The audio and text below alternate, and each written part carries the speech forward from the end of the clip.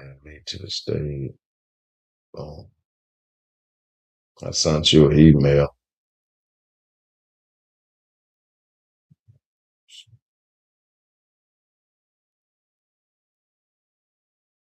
Tone Time got a channel over there, don't I'm trying to check my email. Yeah. Yeah. She be on there too.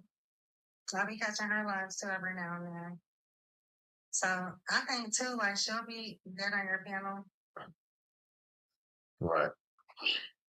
I catch her too. I be sending an invite. I got an email.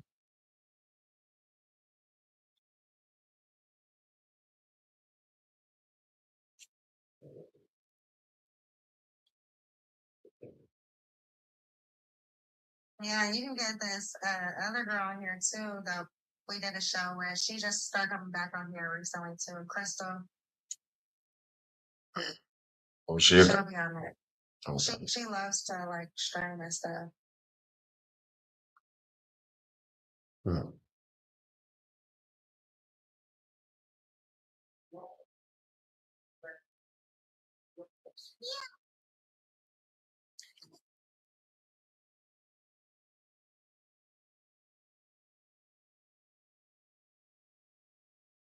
Good morning, Shane. Peace.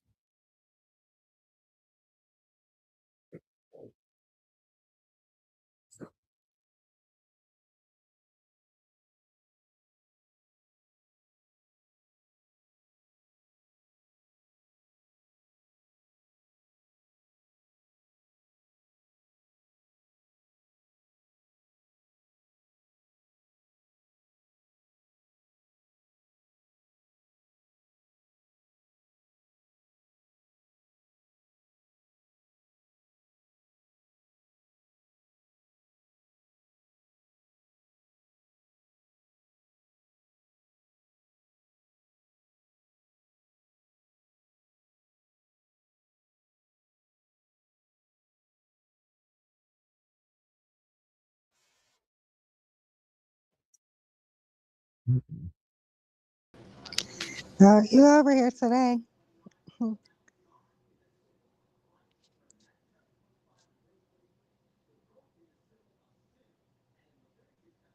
What's the title of this show? Yeah, what's up? I don't know if I can hear you.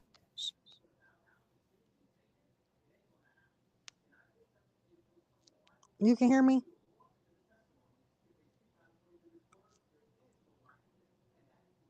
What the hell? Fire, can you hear me?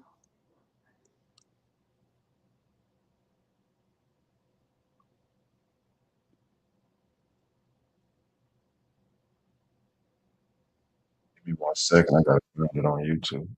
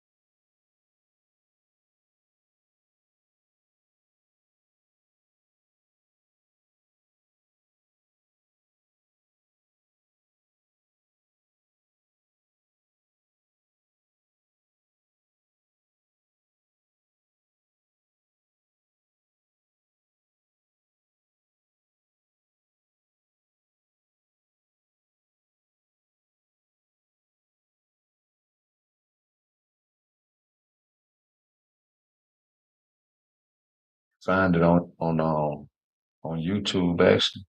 So I can't find it for some reason. What you looking for?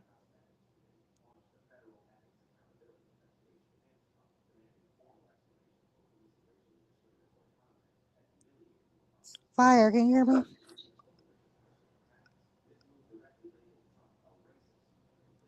Now, see, if I go back and, See, everybody know what you're doing when you on Bigo.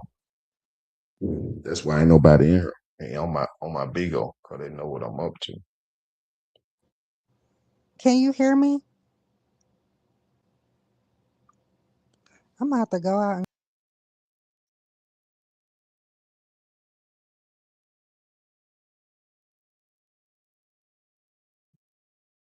Yo, okay.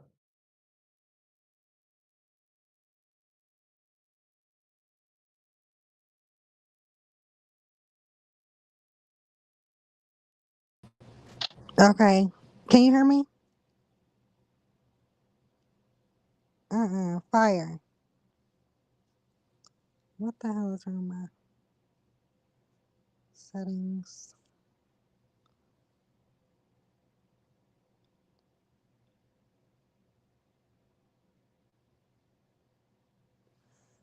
Okay, it appears that probably you can't hear me.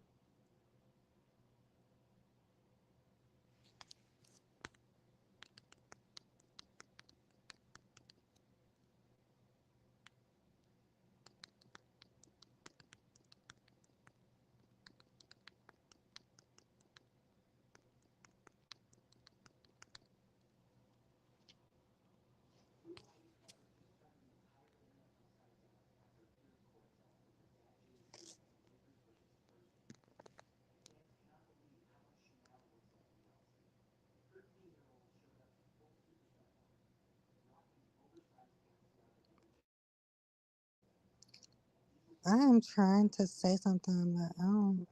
Say something right quick. Hello? I'm saying something, but I don't think you can hear me. Let me see what I can do here.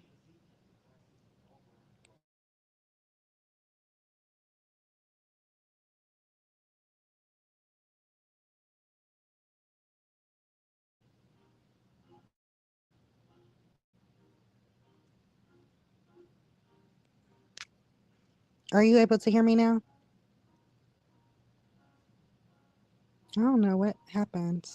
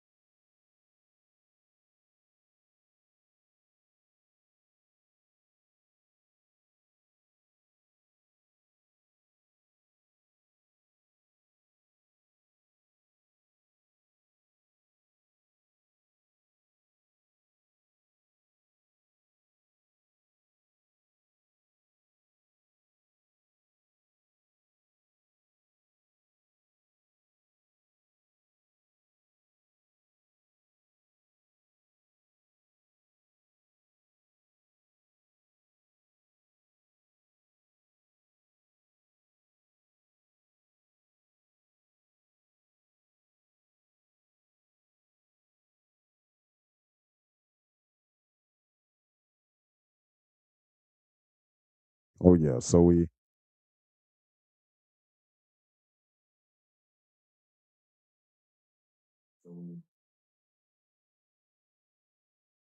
yo.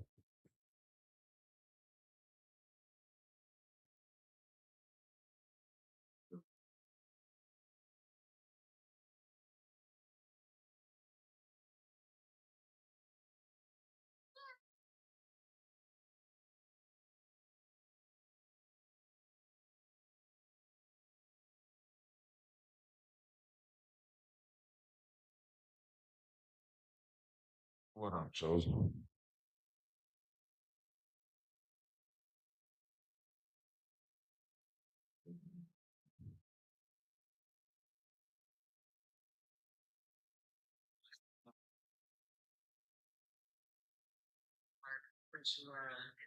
What's going on? What's the deal? I'm live over here.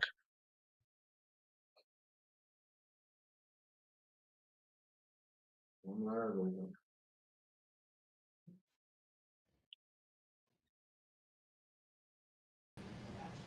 Okay. So now you can hear me because I can see my bubble, right? Salute. So now you can hear me because I can see my bubble, right? All Yeah. right. So Fire, you decide to grow your hair out Say like what? Jesus. You decide to grow your hair out You like Jesus. That's nice. Look what? decide to grow your hair. Who's not? No, hell no. Not to look like Jesus now.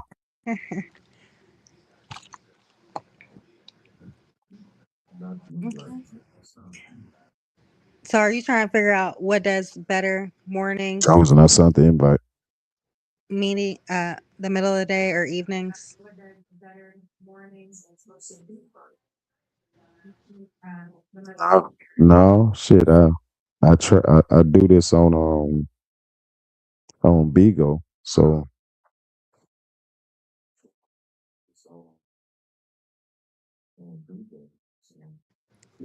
this stuff Uh, is about consistency. It's about saturation. It's about putting it in people's face all the time. yeah, like you basically finna immerse yourself into the algorithm. You know, I didn't like Laffy Taffy. Yeah, I didn't like Laffy Taffy, the song. They played it enough. I started saying that's that Laffy Taffy. Mm.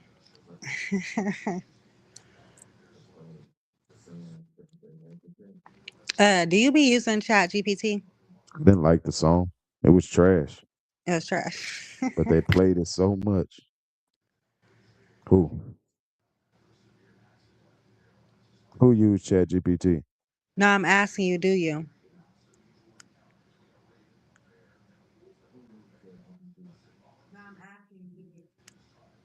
Every now and again.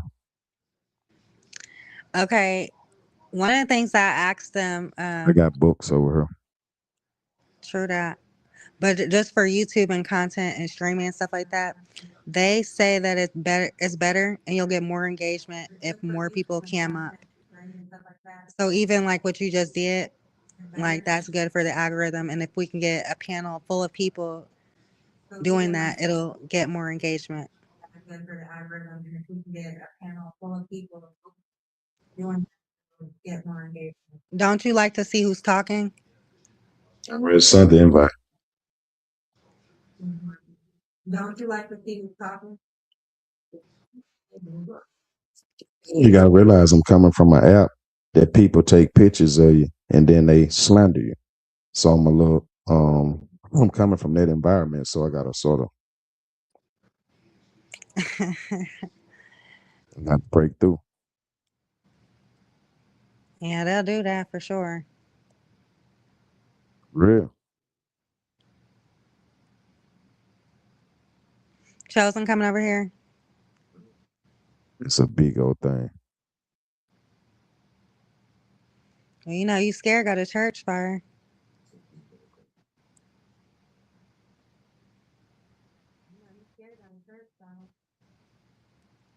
What? I don't know how many Snapchat or whatever they call it, snapshots of my pictures they have out and they saying stuff. I don't be caring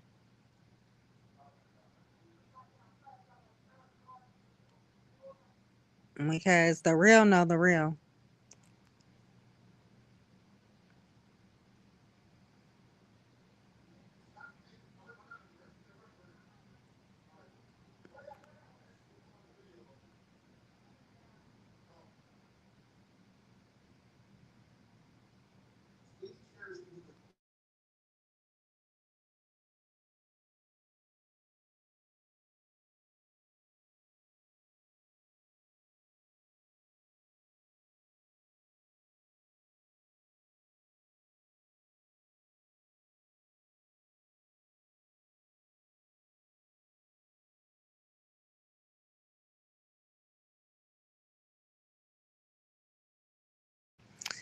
But yeah, I feel like if people came up, it'll give them that true feel of a podcast.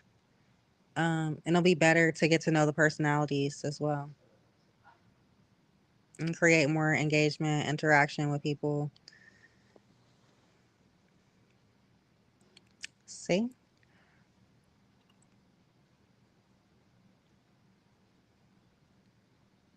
But yeah, like so now you're knowing how to control the room and how to feature speakers.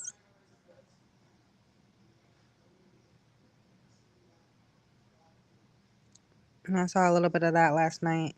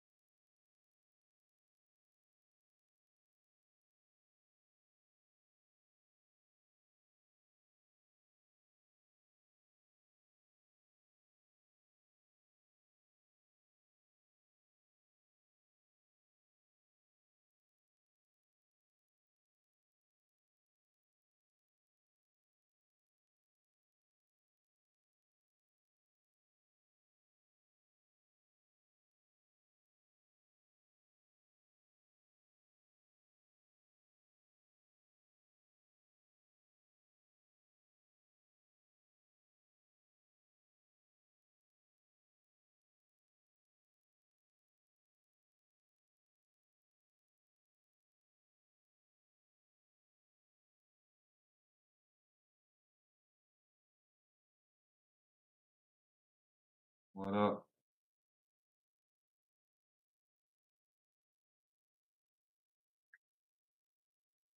What up?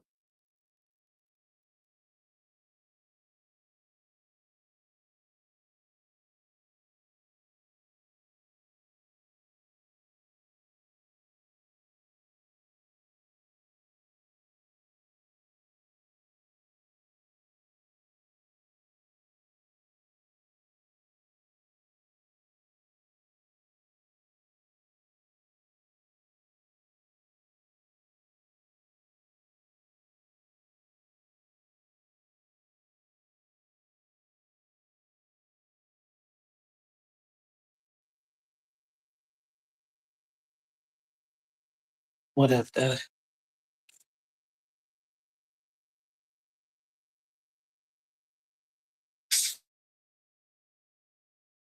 Yo, what up?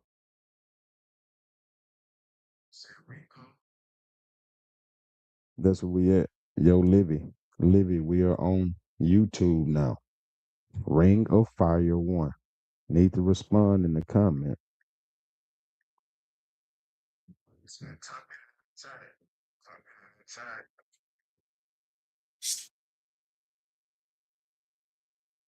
Let's sit in the comment.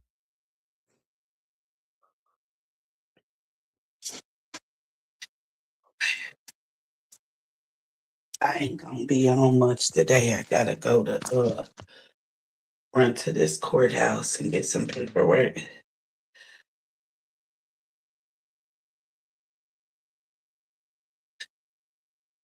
You gotta go to the courthouse. Yeah, I gotta. Well, I gotta go to the probate court.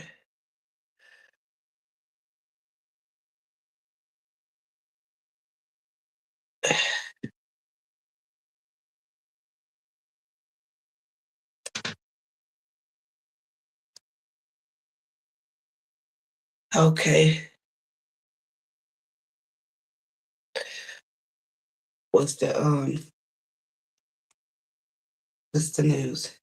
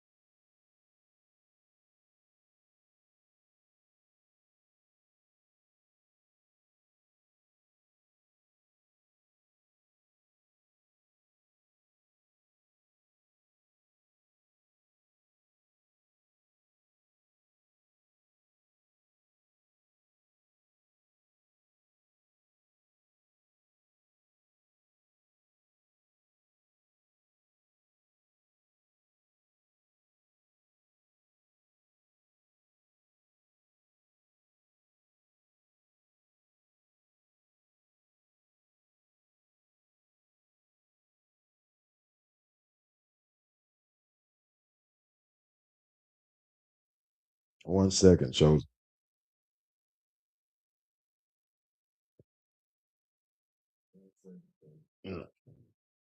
Gnostic.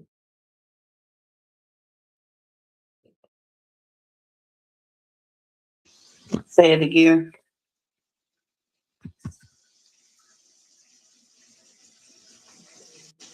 Gnostic music. What?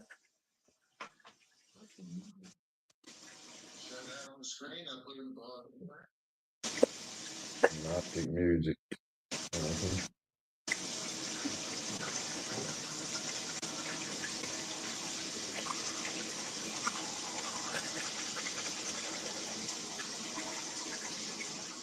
I just sent it to you. For me? Yeah, we got some more people coming. It's a lot more laid back in here, bro. Yeah. Is YouTube modern than that? Switch data or how's that working? YouTube. Ain't really got no. Jalen, we in here. Ain't really got no rules. The rules are if you break them, you don't get no sponsorship. You feel what I'm saying? That's a whole nother. They do, but I'm not allowed.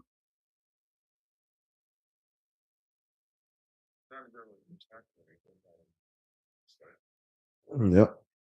I've been watching Sinetta long enough to sort of know the rules. You can say and do whatever you want. Your shit is not piping out.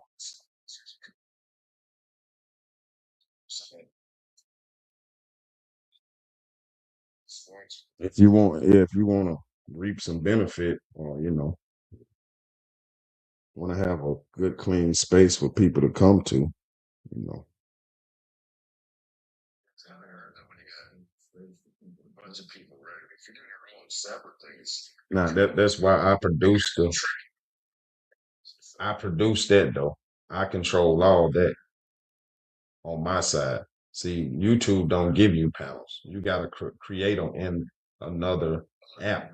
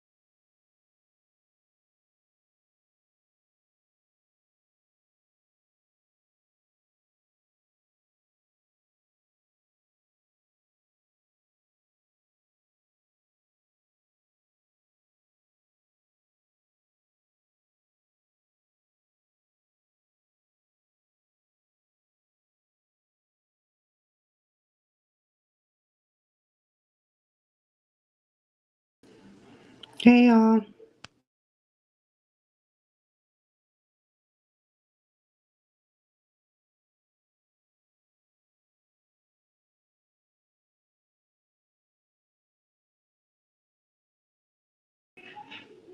Can y'all hear me?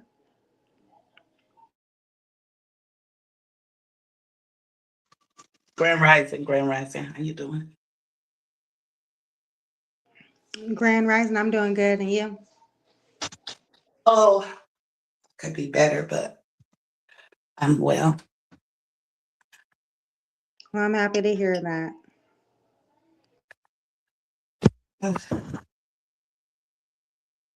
Okay, so what's your... Do you have anything on the agenda, Fire? Yo, can y'all hear me? Yeah. Loud and clear. Nothing on the agenda.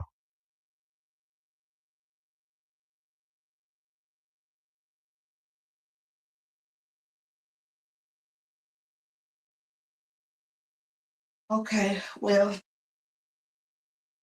it's Black History Month. And there's been some things said and done with Black history. So we can start off, should Black history be kept around and started in once a month, or should it be a part of all year curriculum? or just a part of the curriculum and not separated for a month and going deeper into it. Why should it be celebrated?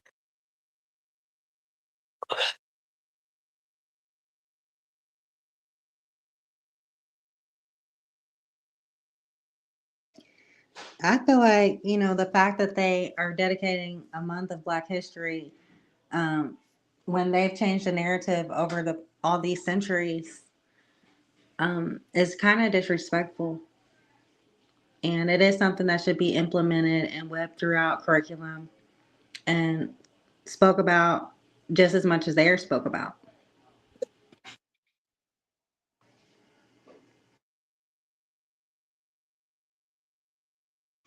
But it kind of comes down to what attributes are they willing to say or accomplishments that we have that they're willing to acknowledge.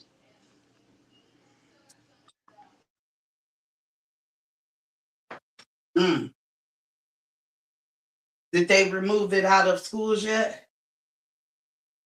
Or how does that work? Because I've heard something about it, but I'm not sure exactly what. Did they take it out of the schools or they took part of it, or how does that work? I'm not for sure. I'm not really up on that.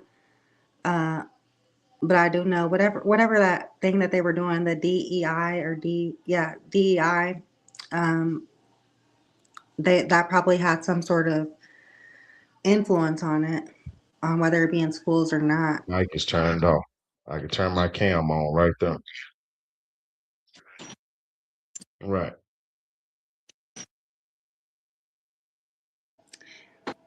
And Hey, honestly, go ahead, y'all.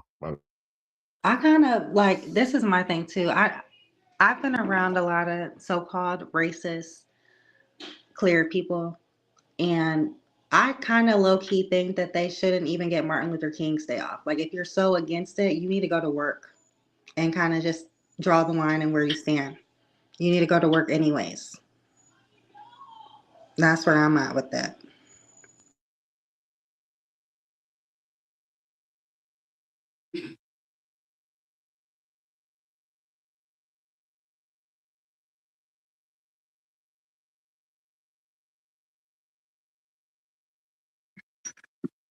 What about um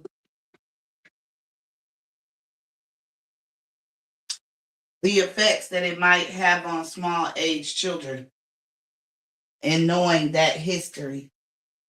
So as well, they talk about the wars, the Gettysburg's Address, the wars and all that. So I guess that would be in the same same.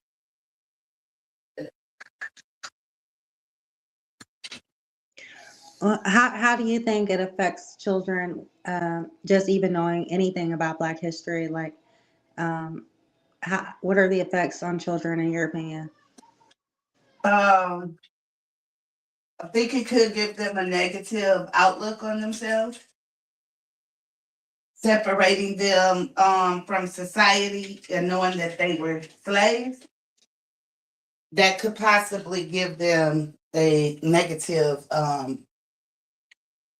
set of self-esteem mentality, to always make you feel inferior. So I don't know if it's the way that it should be taught is wrong or the way that it's being taught is not conducive, or that's just a part of life in learning in any history that it could possibly shape you in a, but this is geared specifically around Black people. So just the history of it itself and it happening could build up a sense of insecurity or a sense of inferiority, where they have to kind of go out of their way to prove that they're not inferior. So it sets up a tone where you really can't really live in your natural state because you have something that's pulling you that makes you lean towards standing up or being a certain personality and having a certain mentality. That's just one of the aspects. Okay, I like that. That's an interesting take. I'd argue though quite the opposite. I feel like anything that you have to enslave, you know that that person was powerful.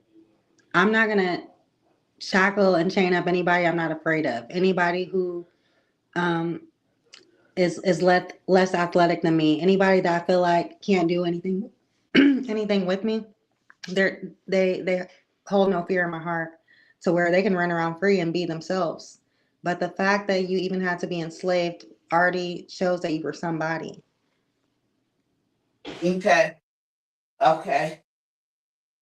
Okay. That's another way of yeah. So again, maybe the way it was being taught, because if you it would have been passed down to us that way, we would have built up that high superiority or uh complex that we are these great people that they tried to they had to enslave to maintain. So that is a way to look at it. But in still,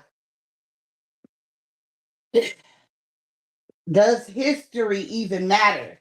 Does history matter in the future? For the future? In ways, I mean, they say that history always repeats itself. So you kind of want to know where you come from, how you got from that point, so you don't go there again. In the worst case scenario, how do we not get enslaved again? Where do we mess up in the past, being so trusting? Um, you know what I mean, or surrendering so freely. You know,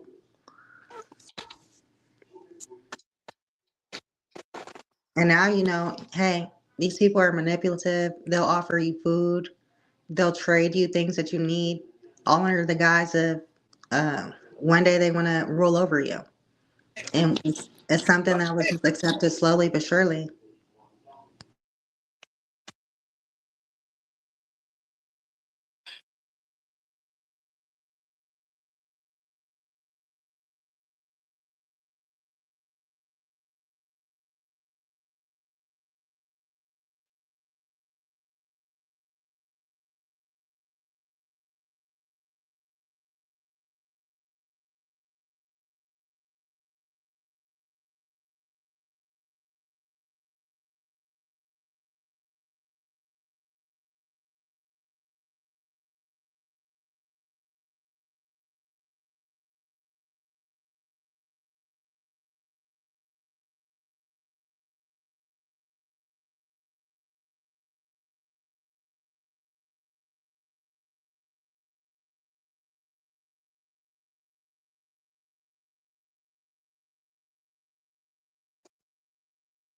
Okay, hold on.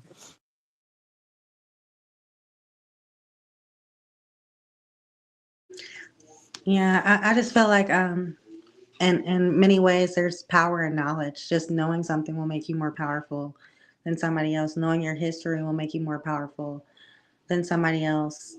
It's kind of like we've had the Mandela effect happen over and over and over again till we don't know who we are. We don't even know who our people are because we're not in sync. And that's why there's kind of so much division. It's very important to know who we are, where we came from, what are our roots.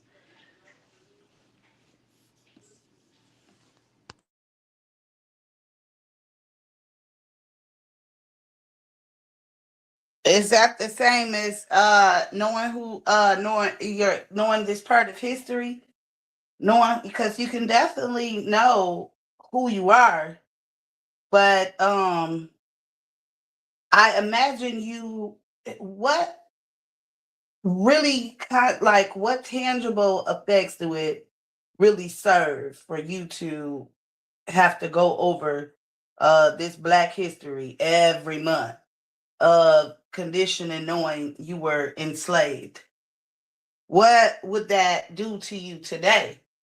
Will it make you work harder, smarter? Because you can do the same thing without knowing that you were once a slave.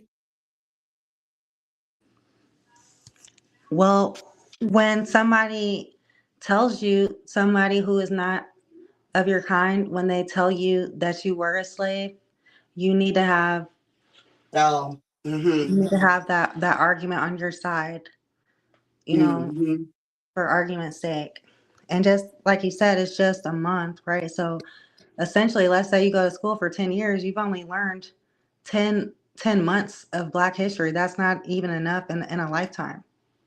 So, I mean, you should know. Now, but I do agree with kind of something that you did say in ways, because I be telling people this too. I could live my life just perfectly fine, not watching the news, and my life will be exactly the same.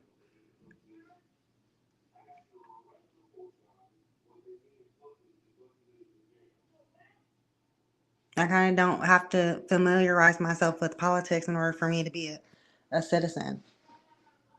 If I choose to ignore what's going on in this world and just live my life, I would just be willfully ignorant, but it wouldn't necessarily have a negative effect on me.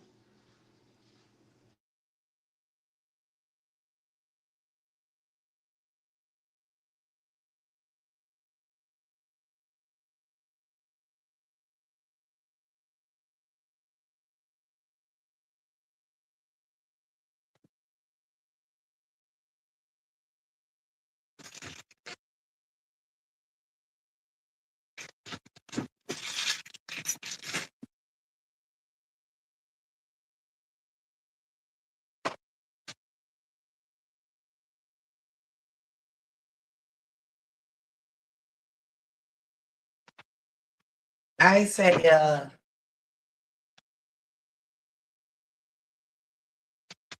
do away with history and start over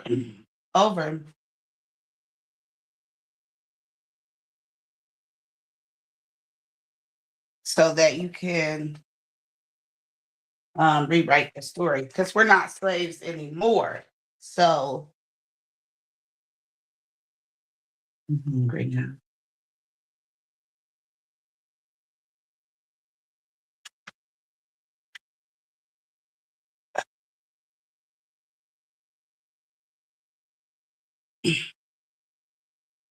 Okay, I'm not opposed to that. If it makes somebody's mentality better, because we haven't tested that theory, we haven't done that yet, so we don't know what positive influence it could have on someone's mind, like taking off those restrictions, taking off those limitations on what they used to not be able to do, and just kind of just immediately starting them off like, hey, the sky's the limit for you, no matter what your history is. Today, it all starts today. Your choices start today. That might be good. I don't know.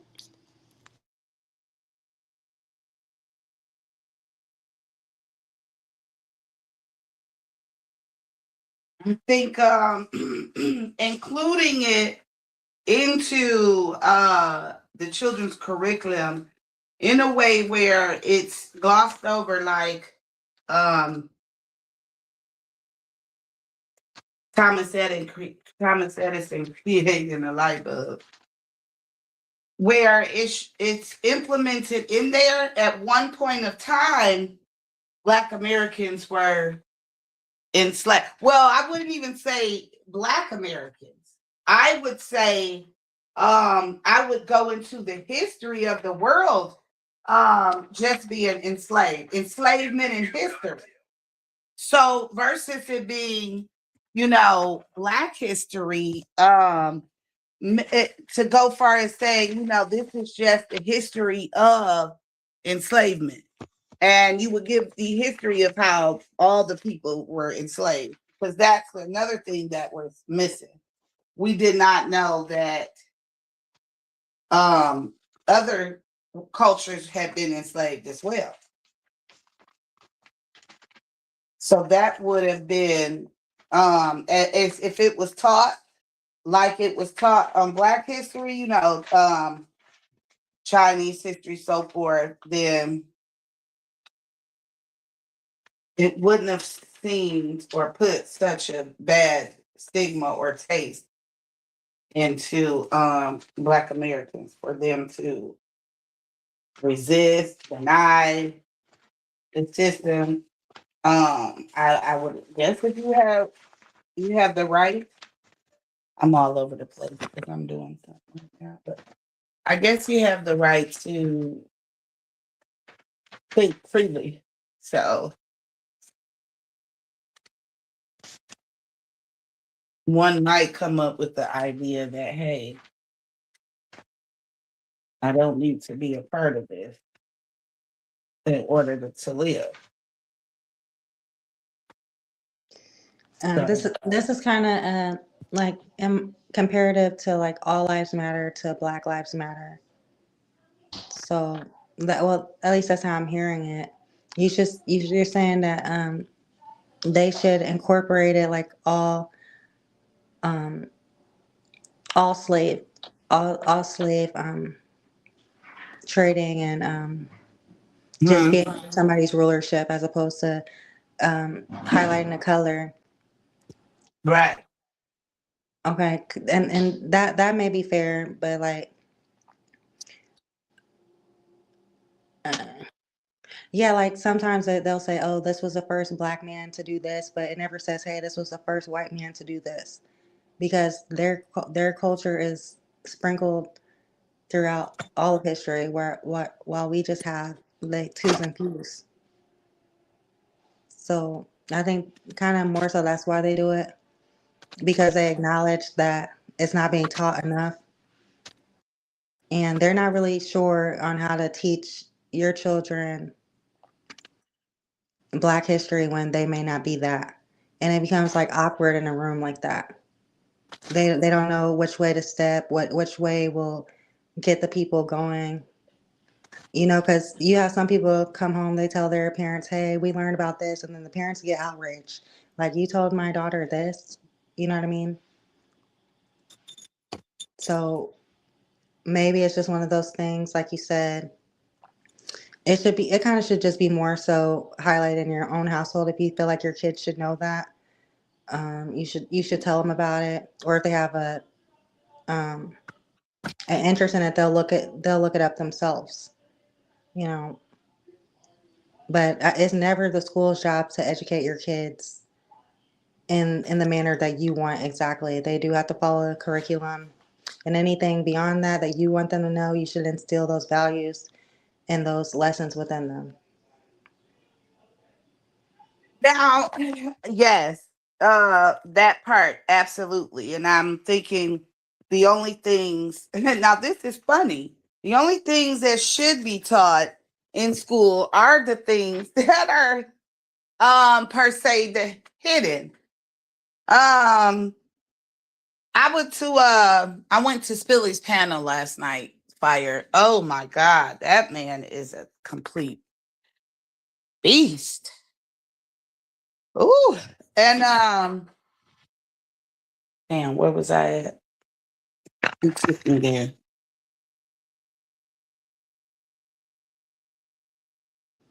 What Where topic was I was at? Billy covering? And when you say he's a beast, like in what way?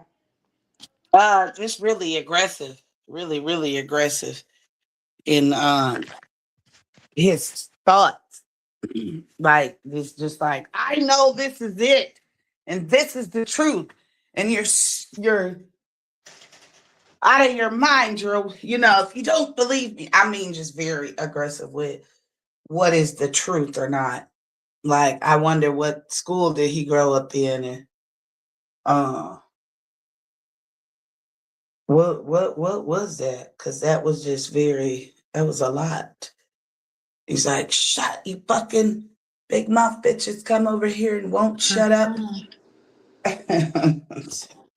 You Oh, know what? I feel like he has just been he's under the Bigo spell. And it happens to the best of us where we just get in our feelings about things and we don't know how to communicate, me included.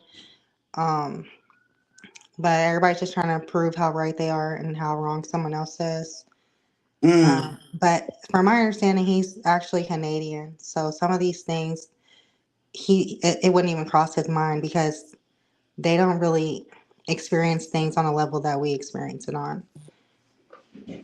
And a lot of things that is important in America is kind of like swept under rug over there, or they pretend to not acknowledge it.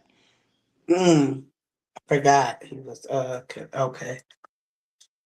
So some places um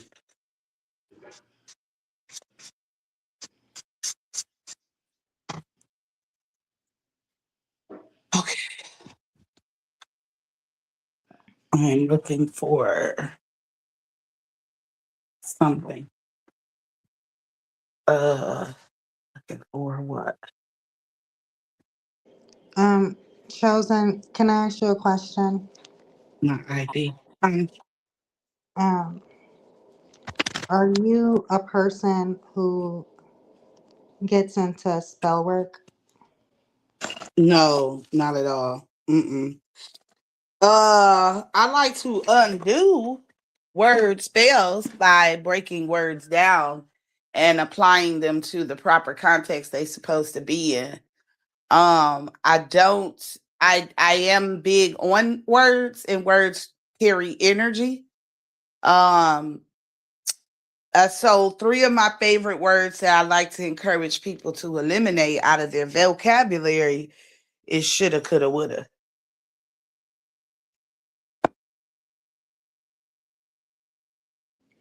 I Okay, I think like those that. are three words that have absolutely no weight. They carry absolutely no real energy. And it's a words that leave you in a what if state of mind. And that is never good upon raising children. The imagination is fine. I think at a very young age to have an imagination, but age appropriateness is everything for me. And at a certain age, I wouldn't encourage them to keep using their imagination in a way where, you're calling, like, I wouldn't say you have a imaginary friend, not me. So when you use them words at that age with them, it allows them to be in this state of unsureness. You want them to be grounded and sure of themselves. So should have can always leave room for what you didn't do right. Could have leaves room for indecisiveness, and would have leaves room for regret and doubt. And so I just particularly think words should be spoken carefully. Um, and really understand the difference in the words that are being spoken. I'm big on words carrying energy,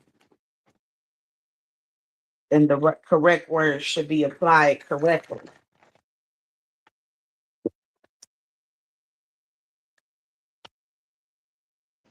Okay. You know what? I never thought about that. But yeah, that's a really great point. Um, but the reason why I asked you about the spell work and stuff like that is some of these people on these panels, they claim to be like witches and warlocks, and they will tell Mm-hmm. you that they do spell work. And you always have to kind of be on edge when you're speaking to these people. They can get kind of combative. Everything will start off like cool, but that beast will come out of whatever energy that they're harvesting, and whatever spirits they're taking in. But so, from my knowledge, I think Spilly does spell work, if I'm not mistaken. I think he said he did. Mm. So these people have spirits on them, some of them. Yeah, because I'd be like, I'm not understanding what is the purpose of you and chakras. Because to my simple understanding, it was sort of like when you are able to not respond and get this emotional, get to levels where you are like just in your aura, your mental. I thought it dealt with your mental and being stable minded, but I be confused in how you are trying to. I'm not sure what it's doing for him. Because any of whatever your work is supposed to um bring you to a certain place, but maybe it's to do the opposite for you. That is the spell work. It's just to get you to be out of your element. Because when I enter upon him, it's the second time I got my stomach and the heaviness and all of that. So he does have heavy energy. I had to block him. I'm not interested. I'm not interested in all of that buffoonery. Yeah. It's the fact that I want to know what is in a person that say, "No, I'm right. I'm right. You're wrong." That is just so funny. Like you could possibly both be right, depending on which angle you are looking at things from. So, like, I just want to get to the point where they're like, "I know this is right." How do you know? Where are you like? How do you put a stamp on this is the right way and this is done? Because point me to the school so I can be right too. The school of And know I'm rightness. right. No, I hear that. I know how you get there because I'm telling you, it's that little childish part inside of all of us, and I feel like we all have that where you kind of. Well, I can only speak for me. I'm not putting that on nobody else, but I'm saying like for me, when I go there, it's because I feel like I'm being disrespected at this point. Not that I don't care if you agree with me or not, but sometimes about tone and delivery as opposed to as opposed to what you're saying. It's about tone and delivery. And so when people get on that, I'll get on that too. Like, and that's that little childish part that I do try to change. Um, because it's not conducive to having good conversations, good debates. It brings out another energy where I honestly feel like, On here, chosen. I sure do appreciate you all. We're just trying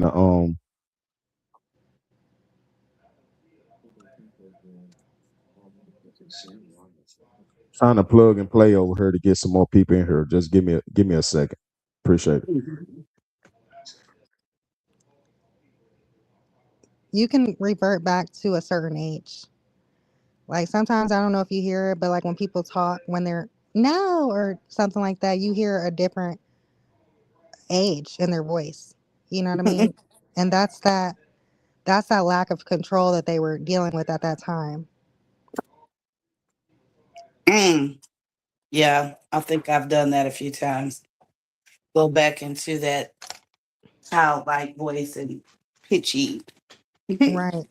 And even like Raise some that. women when they get on here and they're talking to men, they talk and it's kind of disgusting. I don't know, but they talk to them Why? like a child because they're like, "Oh, well, my daddy, my grandpa gave me whatever I want when I speak like that." It's not Oh, cute. why? I think I find myself doing that sometimes. And you know what? And there You I'm go saying, into that it's yeah, it's that innocent, "Give me you what I know. want" energy, right? I'm Well, saying, I'm sorry. yeah, it's more so, it's that girly energy that says that, I'm nice and this is being a girl and this is what I do to get what I want to my. It's just it's natural. No? Okay, I can smoke a pack of that, right? But I'm saying, a woman gets on the panel being evil to all the women on the panel, but to a guy on the panel, they want to be like cute. And I don't find that cute. I find it very distasteful. And I'm more like, oh, I see what this is. You know what I mean? I don't know. I might be one of those. You might be one Not of those. even go So, lie. so you're nice to all the you're nice to all the men, but the women you kind of get like, nah. Well, it depends. It depends in the scenario. Cause I don't well, no, because I don't like to argue with the women. No, no, no. So not really. What is it But like? Because do you find that men are more receptive to what you're saying as opposed to women? What is that? I think it's automatic in women because they're listen, and this is just my thoughts. They're the chief of the village, so they set the tone for the personality of the space they're in. And they have their own way of looking at things and seeing things. So when other women come around, it's a threat to, them being the chief of the village. Like, you ever heard of somebody say like a woman's kitchen?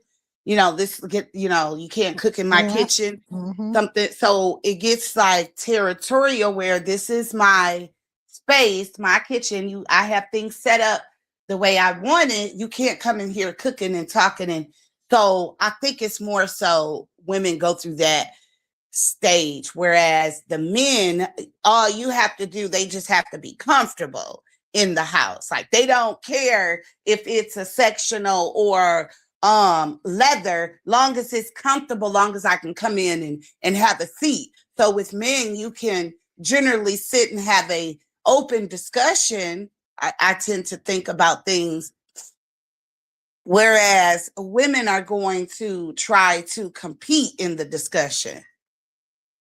Okay, Charles, that's real. That's real. But which is why, like me personally, when we're on these spaces, I try to like kind of go out of my way to be nice to women because I don't like that stereotype, right? And and let's say that for the Bible's sake, there's women to one man. How does that work? How can we get along if you're over here boss hogging? How does that work?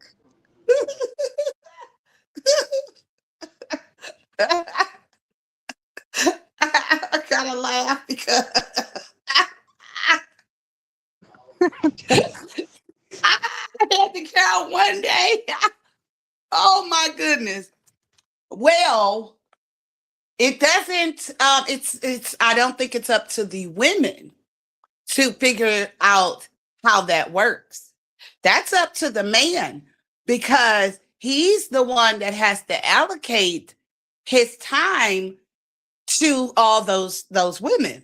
So he has to figure out a way to be strategic enough to give all of them what they need so that they're not looking at one or the other in a different way. Because you ever heard of Nature Boy? Yes.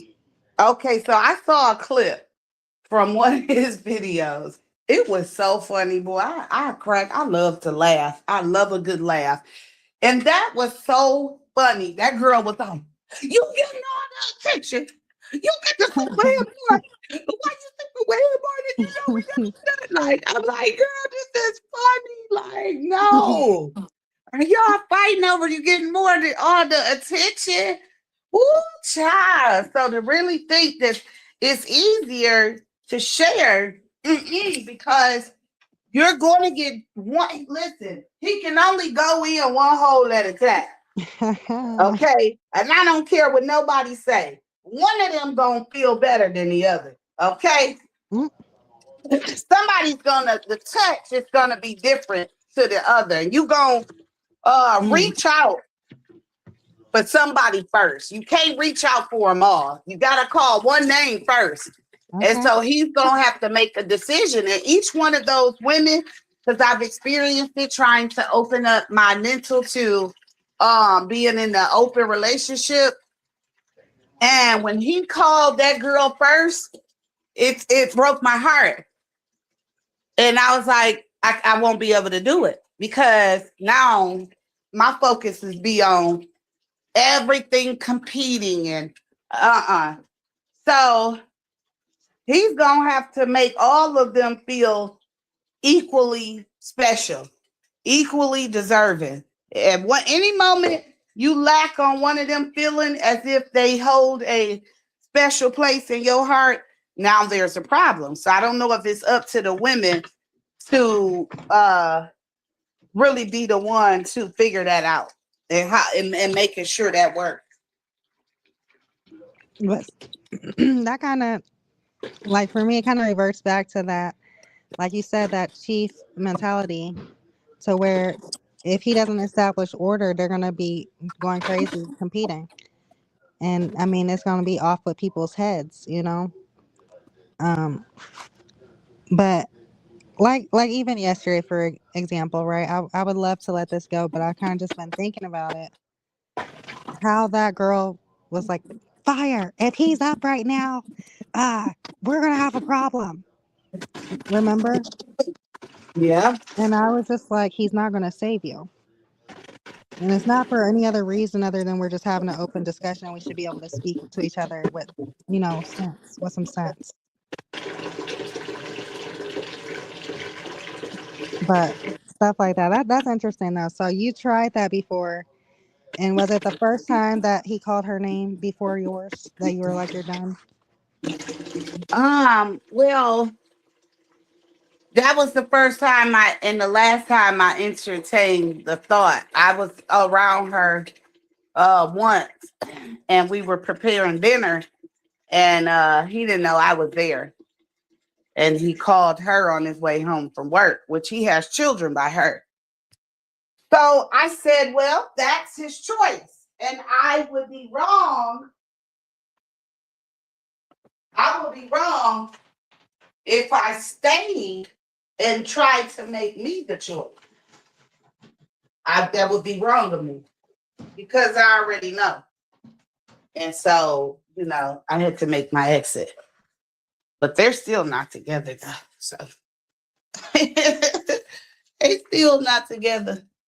I've heard of situations where a situation like that, like turned around, Like what? Oh. Like the guy would obviously, like you were dealing with him and a woman he was with before you, prior to you. Like the tables flipped in terms of, okay, now he's saying your name first as opposed to her, and it kind of gets dangerous because they have more history. Well, we have more history, but she came along the way. When it was dangerous, I've never really wanted to fight over or for a man as she did.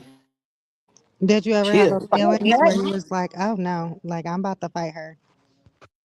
No, absolutely. Well, no. I've went looking to know who was who. But specifically going out to set out to fight, no. What I'm made you not fighting over no man.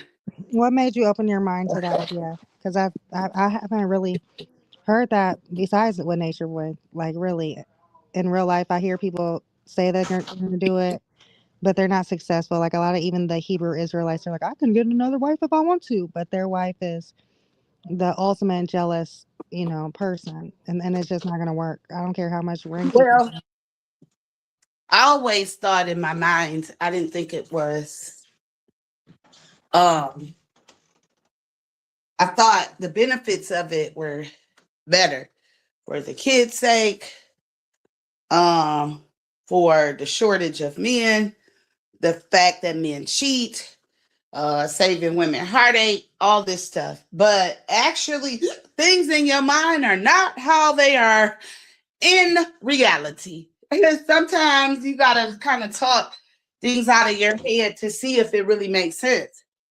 And I did that because I felt like, what did I do that for? Well, one, he kept saying, he would say that would, doing a little thing would help the relationship. That was more so from, that wasn't me, that was him. He would say that it would help, the relationship. And all his other baby mamas did it.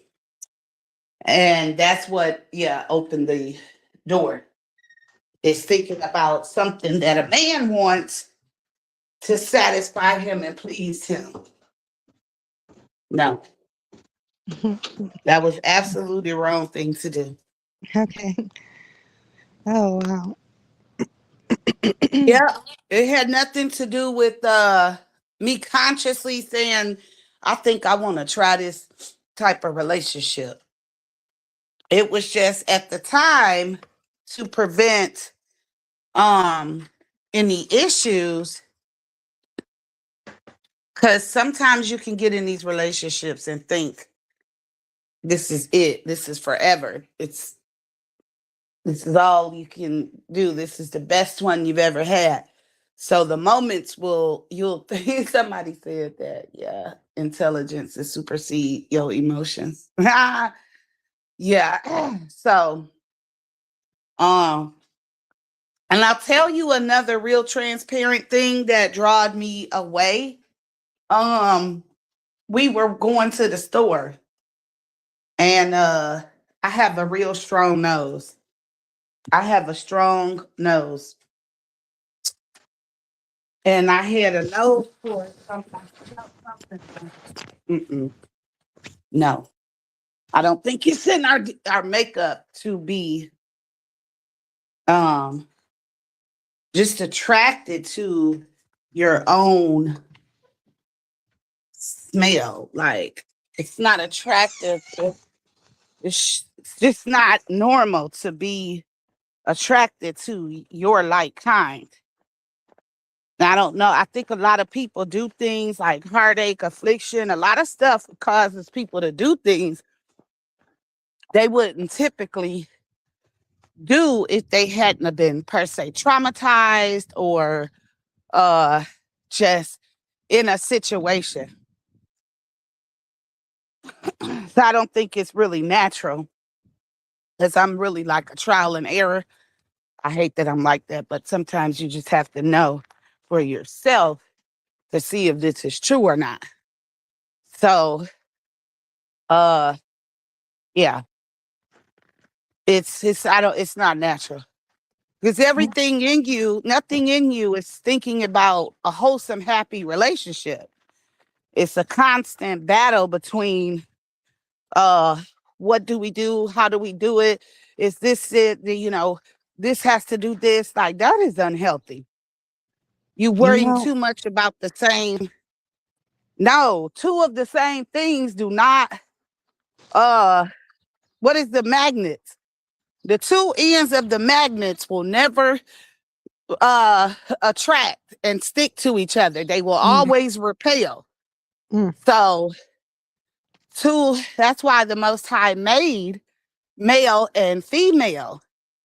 We can say we are gods all we want to, but you have no idea in the components that you are made up of and how you were made up of it and why. So you have something called pheromones, hormones, whatnot. These things are not meant to attract each other. So that's where the balance, that's why people, got them again. That's why they focus so much on balancing, because you would have to focus on balancing if you're doing something that doesn't attract. The same sexes don't attract. So you have to find ways to get you to get in that mode of thinking.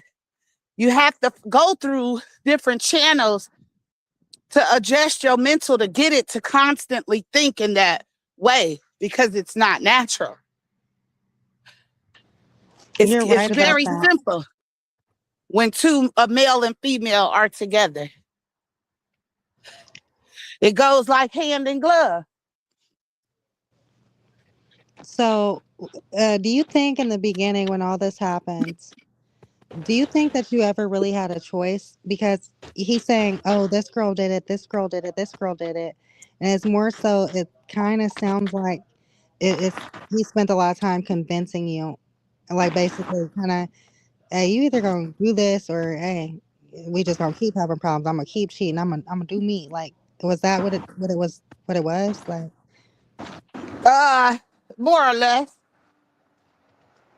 Cause I think a lot of Black males are hyper sexualized. I think that is a big issue that they don't really tend to look at.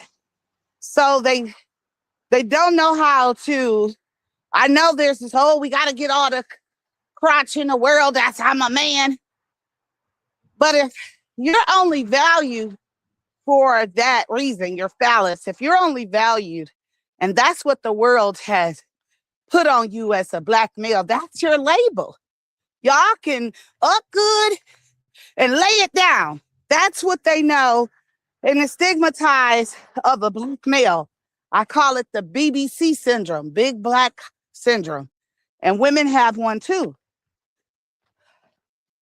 But this syndrome is that this is what this is what has been attached to them. That you a man because of that. And, I have to, I have to get all the women.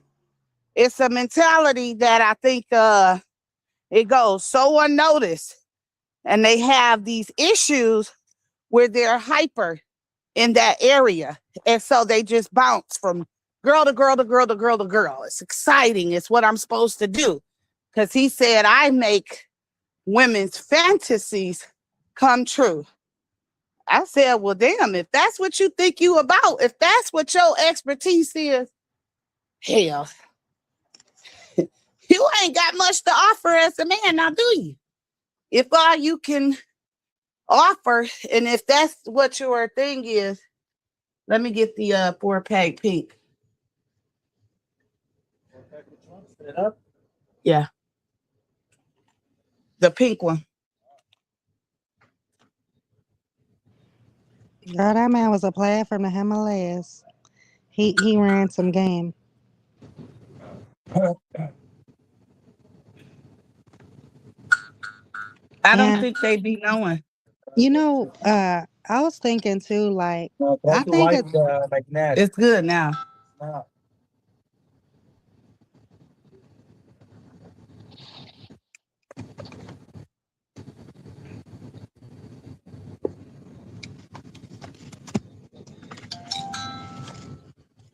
I think a situation like that could work, right?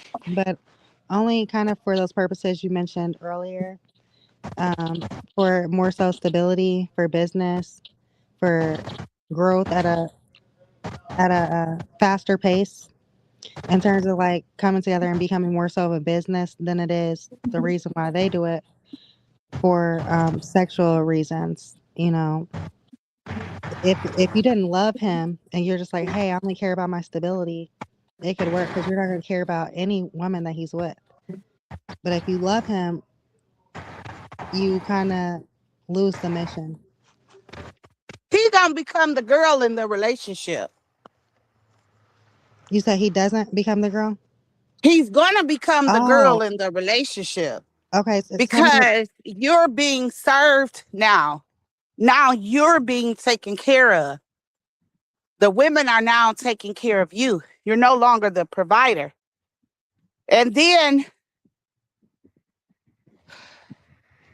well, I mean, if y'all how? give all the money to him, he gonna be on some socket to my pocket stuff, and redistributing the funds. If one of y'all need a car, he gonna do that. If one of y'all need glasses, he gonna do that. Y'all all need clothes. Y'all all going shopping together. Technically, he would be providing. Somewhat like a pimp, though. That's what I don't like about those relationships.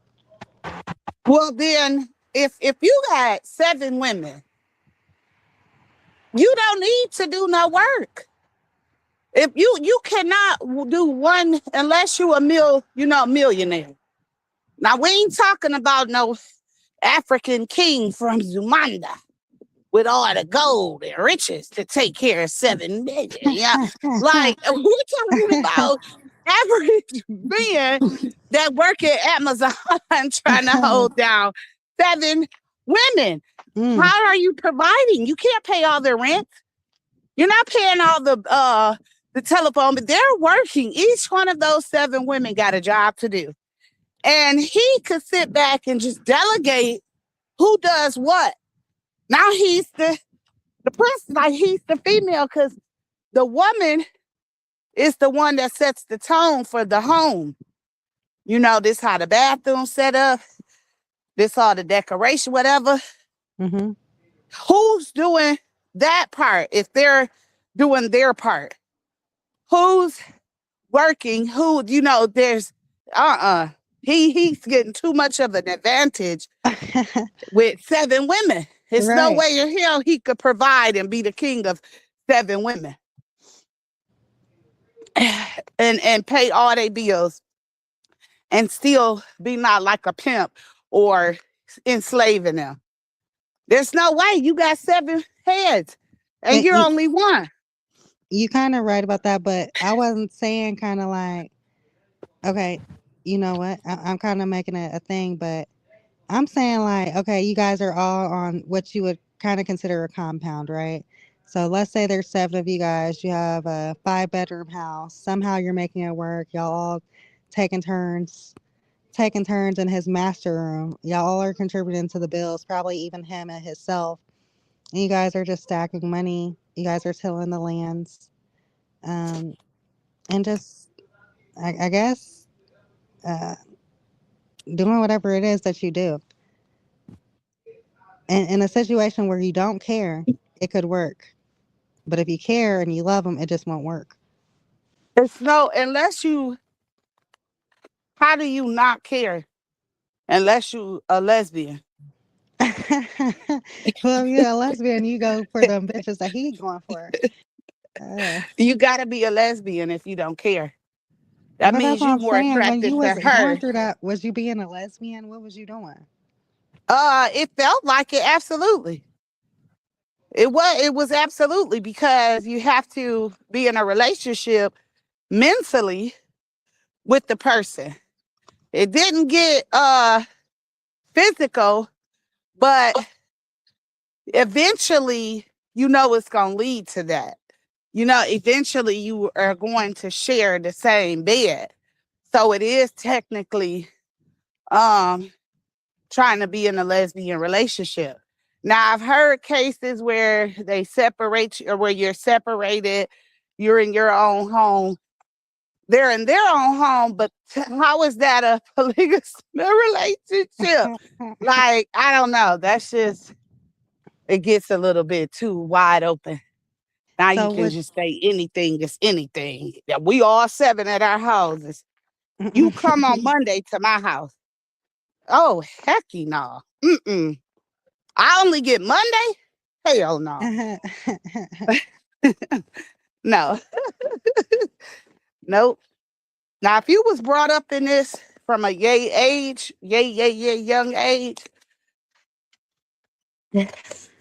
maybe your mental might be receptive, but the older you get trying to implement this, I don't think so. I don't think it would ever work at all. I don't think it would work. We were born one for a reason. I know. We're born one for a reason. Yeah, but it kind of goes back to that idea if it takes a village to raise a family, right? So like back in the day, even with the Amish people, like I believe a lot of those people are related, and but they did Oh, it right. They kind of in ways they did it. Like women just taking care of each other's children. Y'all know your husband sleeping with such and such. every night and you don't care. All you doing is making sure the kids eat. You starting them fires and doing and making dresses and knitting and stuff, whatever, right? So it has been done, and they've established their own compounds and communities where it works, but they don't have that jealousy that we have in this Western society. I think that's due to them being raised up in it from a child. When you in something from a child and you shut off from the rest of the world's ideologies and constructs, there's no way you think this is abnormal or wrong. So it's a way of life and living for you now.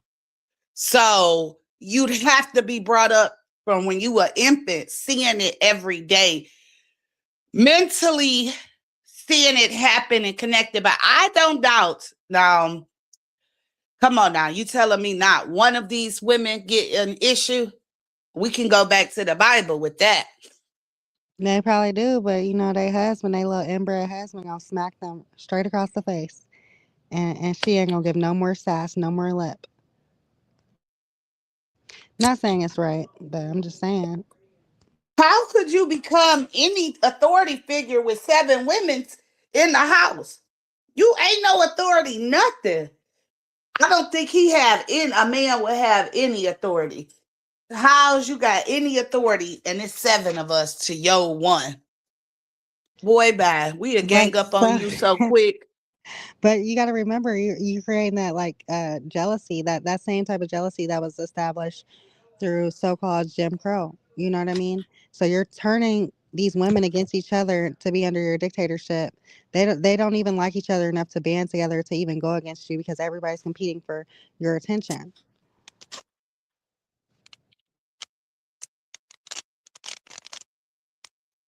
Okay, so looking at those, so many people in the world, so many people, so many constructs. You ain't gonna have it just one way. This not Burger King. Uh, I'm just trying to imagine those women that were with Nature Boy and their mentalities. What the world might see them as low self-esteem, desperate, you know, low value, no self-worth. Uh and I imagine to even do that, maybe it gotta go back to lesbianism. I don't care what nobody says. The Some of enemy could those, try to trick you into thinking this is something beneficial, but that ain't nothing but homosexuality in the making. right, and a lot of those women were just compromised mentally, just kind of even beforehand. Like anybody who's willing to travel across country, sell all their belongings, anything they've ever owned, sell their mama's house, and all this extra stuff, and give it to a man who is not God, but I guess you're God in his own right. That something has to be mentally wrong with them, That's and what I'm saying. The I've world to heard he call had them the crazy, package. but So I would you don't go? think I don't think nothing wrong with them. But go Do ahead. I'm saying like it's even been, and I can't really say this with certainty, but I did hear it rumored that he did have like the package. And have you heard that before? Because I Mm-mm. kind of don't want to spread misinformation. Okay, well I've heard that several times. So kind of just knowing that, I would never go down there anyways. I don't care about none of that. You might as well just go to Atlanta and roll the dice. You So know. that takes me back to being married to that African. There is maybe there's some things that we don't know that they know that can get you yigmatized. Okay, so what you saying them ladies was yigmatized. And that's what got them to be able to fall into that way of thinking. They have Maybe these men may know some things to get you hypnotized, what to do. Because I've heard of certain people on this other planet speaking of that schmeck magic. Yeah. But some of the stuff just kind of seems like a humiliation ritual, right? Where he's like shaming grown adults, telling them, "Hey, you're gonna sit in a circle and say what you did wrong, and you're gonna have some acceptance at your house, or else I'm gonna smack you if you don't like all that." That's a lot. Like, and you have to think about what type of person likes things like that. But then you also got to realize there are people who are into BDSM. There are men who like to be spanked and with metal objects. So there's a certain type of person that has that type of fetish to just be dominated and controlled. And I don't know what you would attribute that to, like low self esteem or something beyond that. Mm, it could be, but I think people can, have freedom to to think and be who they are, and some people will stretch and cross the bounds to prove that they have that freedom. So like it could be going back into the mental distortion of uh knowing and being taught that you were slave, that you were enslaved. Because that could, like I said, and that is one of the examples how it could push you to be overzealous in a point to a point where you now have become out of the norms and trying to uh feel that void of masculinity. Because I've heard them say this, the women naturally can go to food stamps and welfare and feel still like a woman, like they handling their business and taking care of things. But as a male in this system, to have no access to land, no access to food and liberty and pursuit of happiness can definitely take you over the edge. Can definitely put you into this comatose stage where you are the king of Zamunda. Like he thought he was the king of Zamunda. He was a chief, and we're not living in chief times no more. But this is where his state of mind had to be to make him feel masculine as a male. Now the other people, I would say it's just like regular relationships, but they just grouped up and found each other. Right. And what surprised me more than anything, though, okay, I can even kind of get on board to see where these women were headed, like mentally, like, or what kind of state of mind one has to be in to go there. But the men who were under him really threw me off. Right. And that just goes back to that homosexuality that you were speaking of, that I was disturbed by that. And I just felt like behind the scenes there was more going on that I would like to imagine. And and those women knowing that, like, I would lose respect for that man.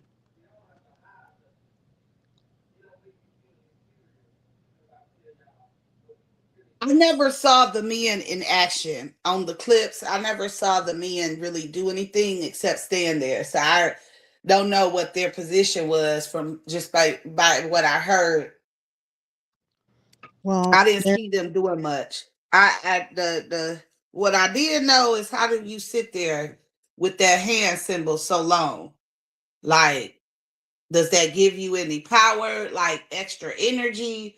You just Mhm. sitting there with that hand symbol like that. That to me was something that I think, okay, now we looking into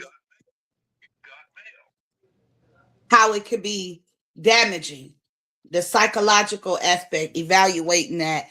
Like that has to be, how well, we don't know if it was just for content purposes or not. Because I heard they set up a lot of those they stage a lot of the scenes and stuff.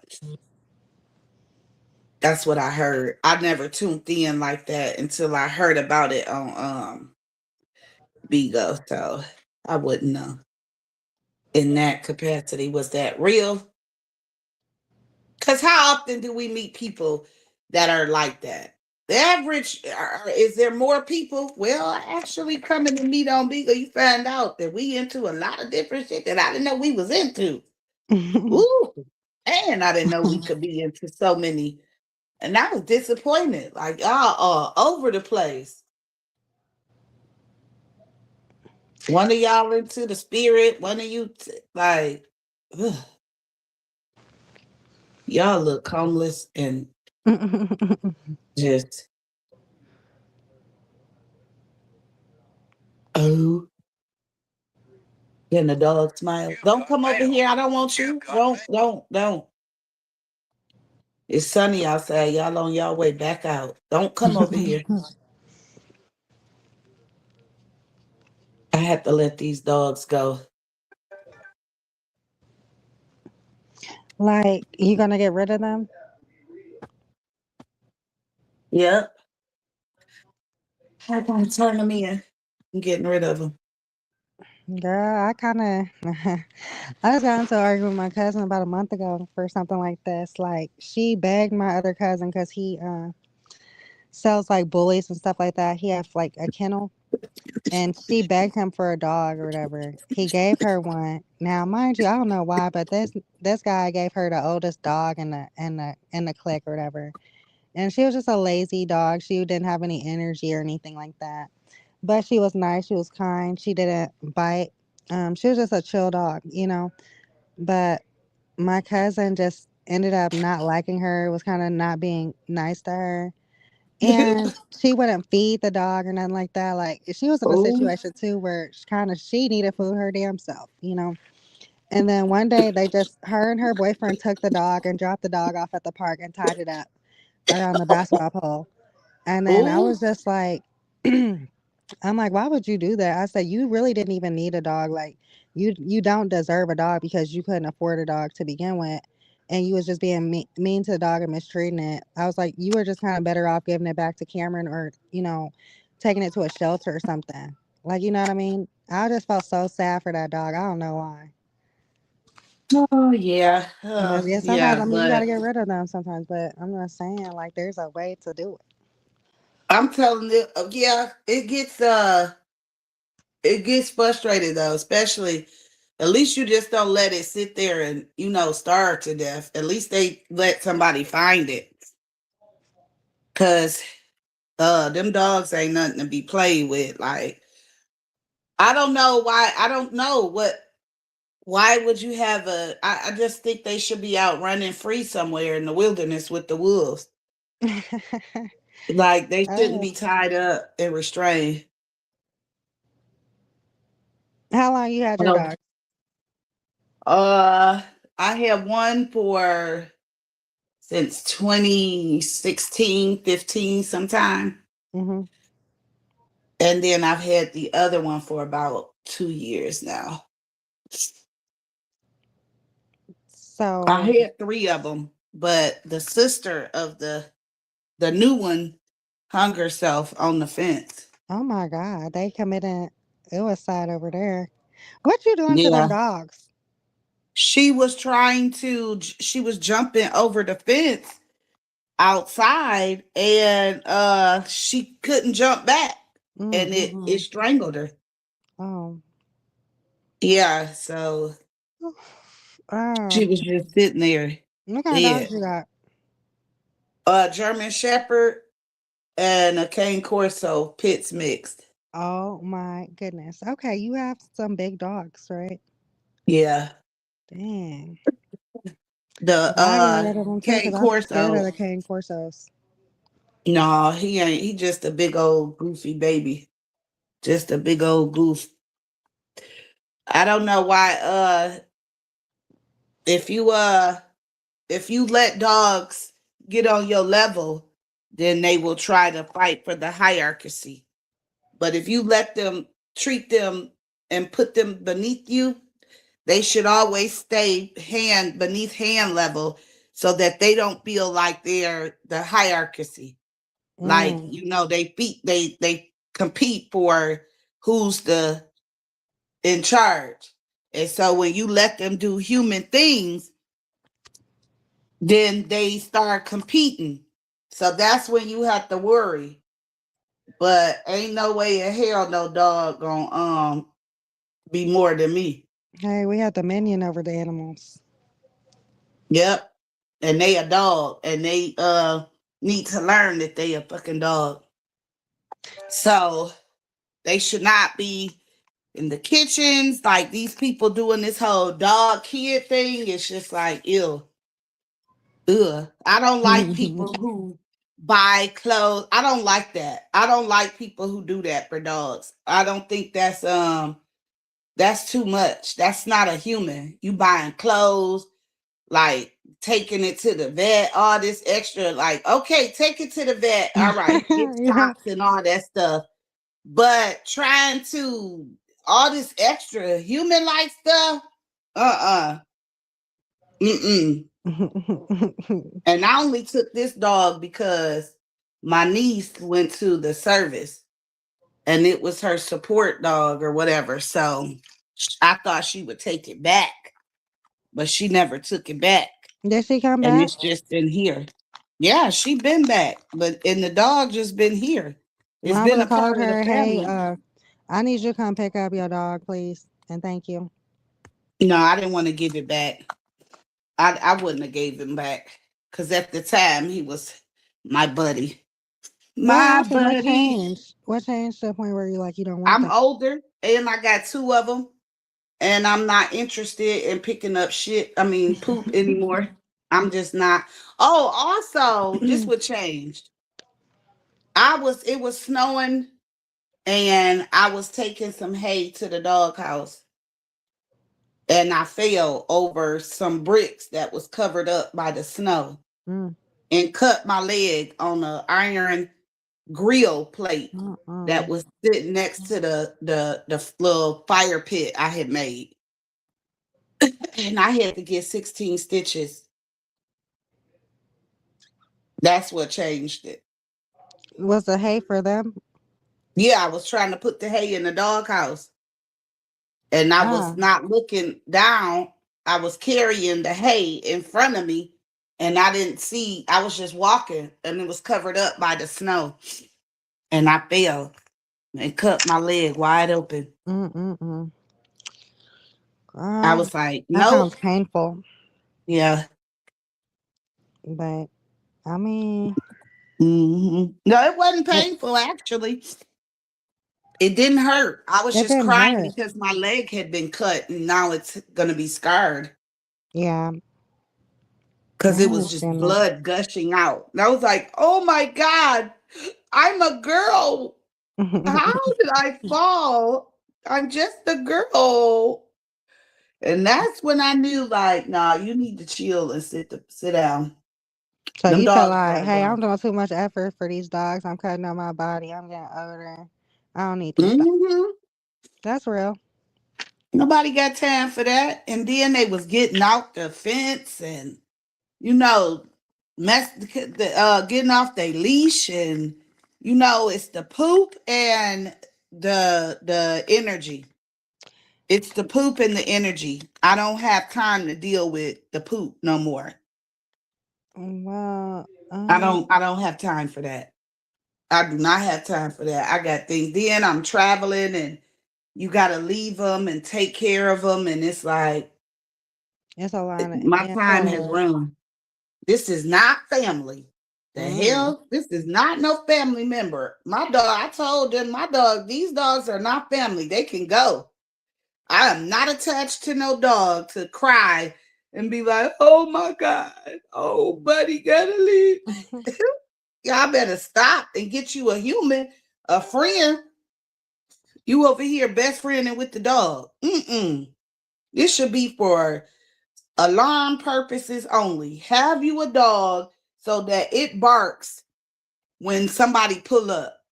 That's the only thing that's kept me, like, I think maybe I've been protected because people know I got these dogs and they ain't gonna try to mess with me, knowing I've been single living here, but at the same token, That's what I was The gonna say. You no, don't got no man to pick that stuff up. no, when I did, he it was my dog when I did. So it wasn't his responsibility. I understand it, but it's kind of like if he see it, I feel That's like, that's a boy. That wasn't a man. oh, okay, yeah, He was a boy. Yeah, he wasn't no man. Cause he should have been cleaning up the shit, the yard. But yeah. If he these see men it, like to play video games. They like to go get their hair done. They like to, go shopping. Like they mhm, don't want to work outside. They don't want to work outside. Talking about, I don't work outside. I pay people to do that. and that's what Nigga, he you said. can't afford to keep your own boots tied. How you It, gonna pay somebody? don't they be saying the darndest things? Like just be saying stuff for shock value. You don't have it like that. Chill. I had to tell Okay. a man chill a couple of days ago. He said some stuff that messed me up. Uh, something just like that. I said, you pay people to do what? When you just asked me for what? Okay. Yeah, they don't and so I blame this on the fact that a lot of women don't understand. They blame men, but you got to understand the world has been built up already, right? Mm-hmm. When our grandfathers were around, they were building up the world. So they had to go out there and be outside. It was no choice. That's what it was at that time. Now the world is built up. So everything is accessible to them where they don't need to do the hard work. That's why I think it's unfair for them to deny the system, because you got luxuries because your people built this world up. And here you is want to deny it and dispute it. So there's no reason for them to have the mindset to go work hard and to do these physical things, because in the era they were being brought up in, it was video games and microwaves and already things on the Mm-hmm. computer where you can go and look at it and order your food. So their mental is not going to be constructed around getting out there and working hard. It's just not. You make a valid Those point, days are over. Christo. But I'll tell you this, in my opinion, and I have to let people know this too. As a man, I feel like you should do whatever it takes to make my life easier. If you want me to be your peace, don't sit there and do things that I don't like and do things that I do like. Find a good balance, because if I have to keep doing everything, eventually I'm going to come to the conclusion I don't need you. These men Well, used to want to be needed, and they like to feel needed. Just in general, men do. If they like you, they want to mhm. do things to feel needed. But when they start getting besides themselves, they feel like they probably have other options, or they don't need to be doing this, need to be doing that. Get rid of them. Well, here's where I shift the gears and understand and more so put the responsibility on the women, because the women know. They just know. They have this thing where they know that I have the enter and you have the outer, and you want to enter. So upon you entering, you want to do X, Y, Z for me. Because they have this no factor and this wow factor for the men, I think it's a little bit more of their responsibility to be modest. This is where modesty comes in their daily efforts, because you can kind of emasculate a man by knowing that you have the ability to do and overdoing. And 9 times out of 10, you stepping off the porch, just trying to make yourself successful, go to college. But now you didn't already did the things that he's supposed to do. So you were right in that sense. He's not needed. He's not needed if you didn't jumped off the porch and went to school, for one, because you're now able to, you have the experience, you went and did it by yourself. These are masculine things. So for me, women have to step back, get your ass back in the kitchen, get your tail back in the kitchen, and try to live a life as a mother, because you're taking their positions, you're overstepping your boundaries, which cause them to what? Now they have to compete and validate themselves because you're holding all the reign and all the position. You got the mother, you carry the child, you birthed it, you named it. In most cases, like you got all, and I'm working for you. And sometimes women don't take the time to think that I have to think ahead of the time, all the time, with this energy that I have, and be modest with it. That's what usurping your authority is. It's not about you shouldn't tell a man what to do or speak. It's about not overexerting your femininity, your sexuality, your seductiveness, your ability to get him to get his phallus to rise, knowing that he's a married man, knowing that, you know, he's in a relationship, knowing that this is your pastor or your boss and it's not professional. And we get slighted in this because they gave man the head title. So now you mentally don't have any responsibility as the woman because he's the head.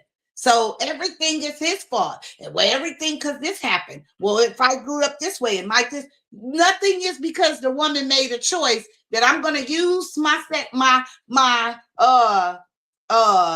seductiveness to seduce you.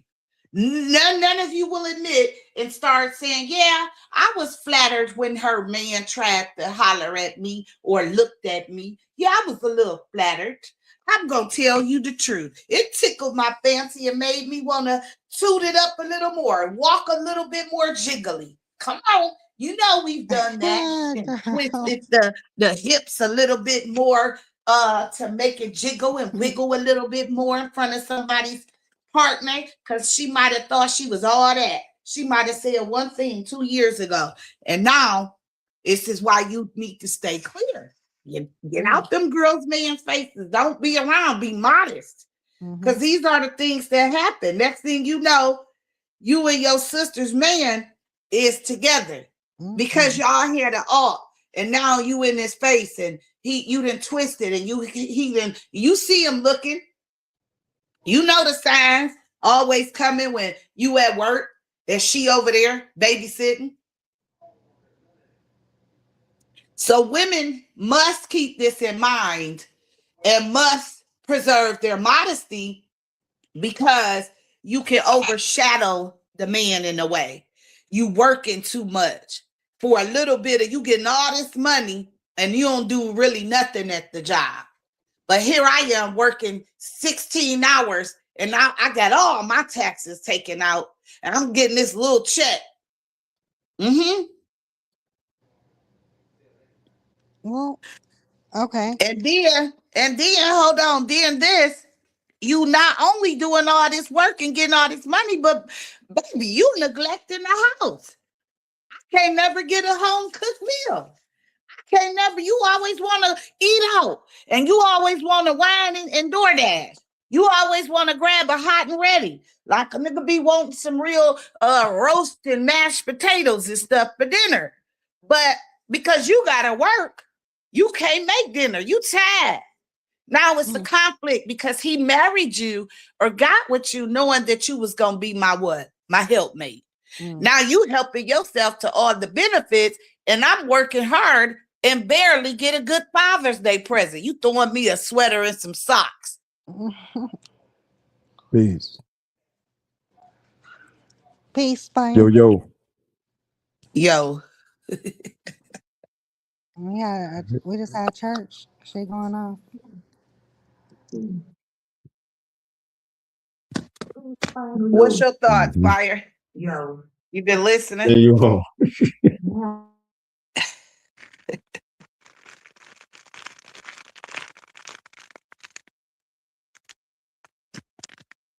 Yeah, that's my but I don't think women get enough of that. They don't get Oh, enough talk. continue on. Interesting.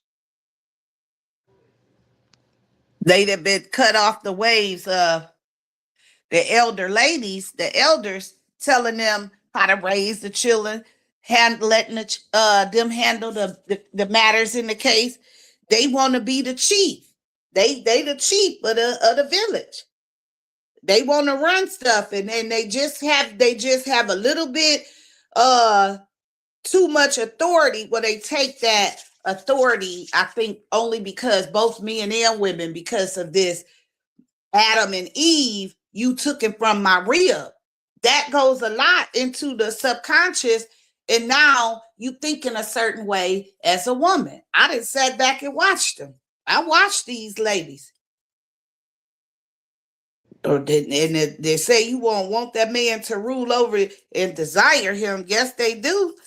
All they do is chase yick and try to look cute. Sit down. You a mother. Go put on the apron and go bake some cookies. Show them how to knead some dough. Show them kids how to sew some clothes. Show them how to put the plants in for summertime. Like, go look on YouTube and y'all said they're doing that, but not enough of them are doing it. It's a pastime or a show thing, you know. Mm-hmm. I think a lot of they have changed, but I know I'm gonna call it, cause keep it real. That Cause was some of them very, very real. But I'm gonna ask you something, and I want you to keep it just as real, right? You said some shit, you know. You're dropping some gems for real, right? So kind of in ways I agree with everything that you're saying, even though me personally I may not operate that way, right? I have my shortcomings in these situations. Kind of like, all right, but with that in mind, with everything you just said, right? Why are you single? you want to know why I'm single? Yes, ma'am. Okay, I was in a long-term relationship. I'm gonna say I had a partner and not a man. I was with, well, maybe I had a man and not a partner, because he was just a man. He wasn't a partner. We didn't share bills. And because I've been on my own since I was 18. I've had my own place.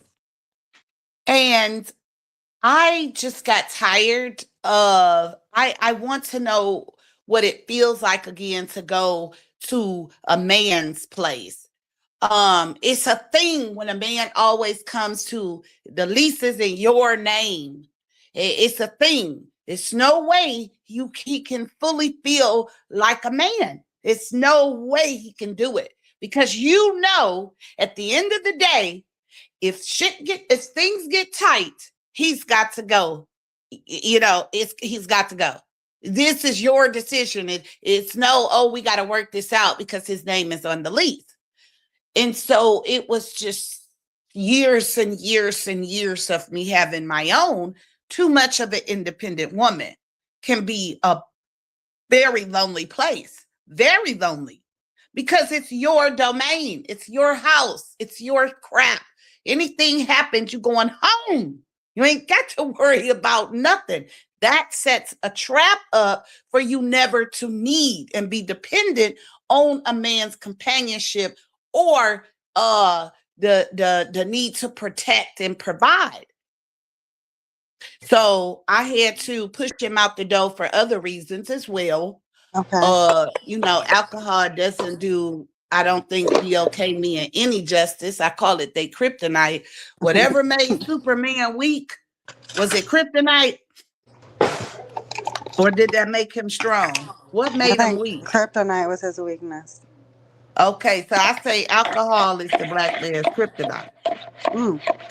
It makes them weak and it turns them into monsters, and it just doesn't do good for them. Occasionally to drink and celebrate, sure, but to constantly turn up, no, absolutely not. It didn't do him no good, and that had to go. What about all I that would love to be transparent. femininity you were saying?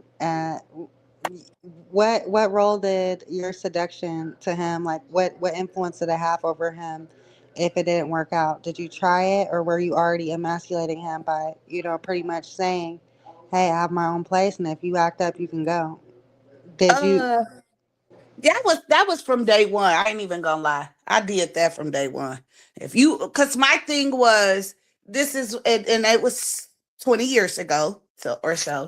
My thing was I don't need much. What I do expect out of if we're gonna live together, you be home to go to bed, and you be here in the morning to wake up.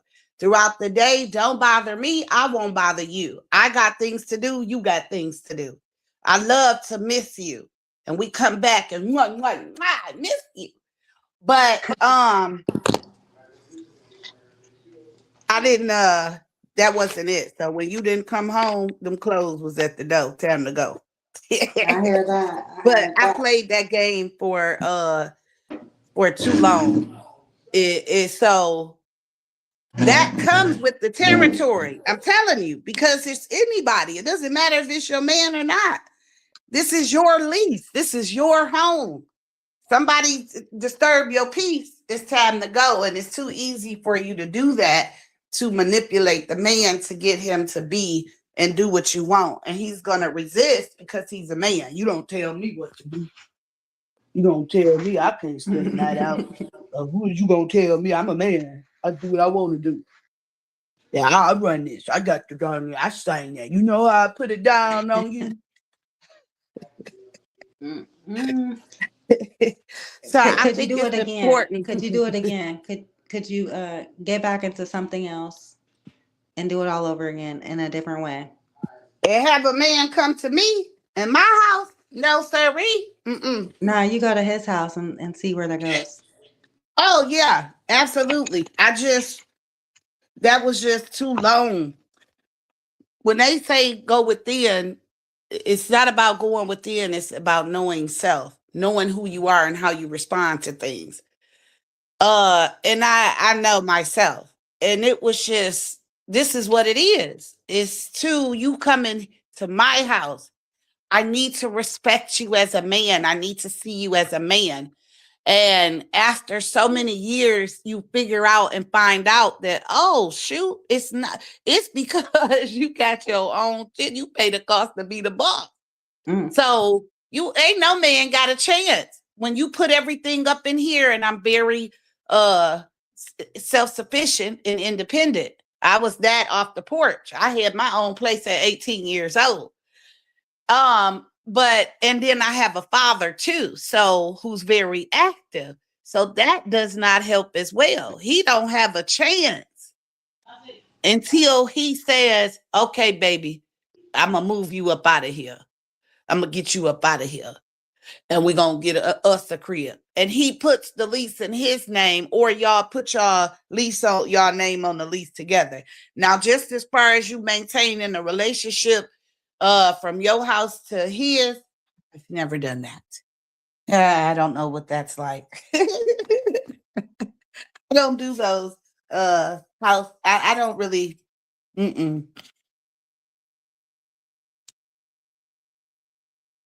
Being married at an early age, these things. The Bible has commandments and laws for a reason. You find that in life, we all think we got these different ideas of what we want and we're all so different. No, not really.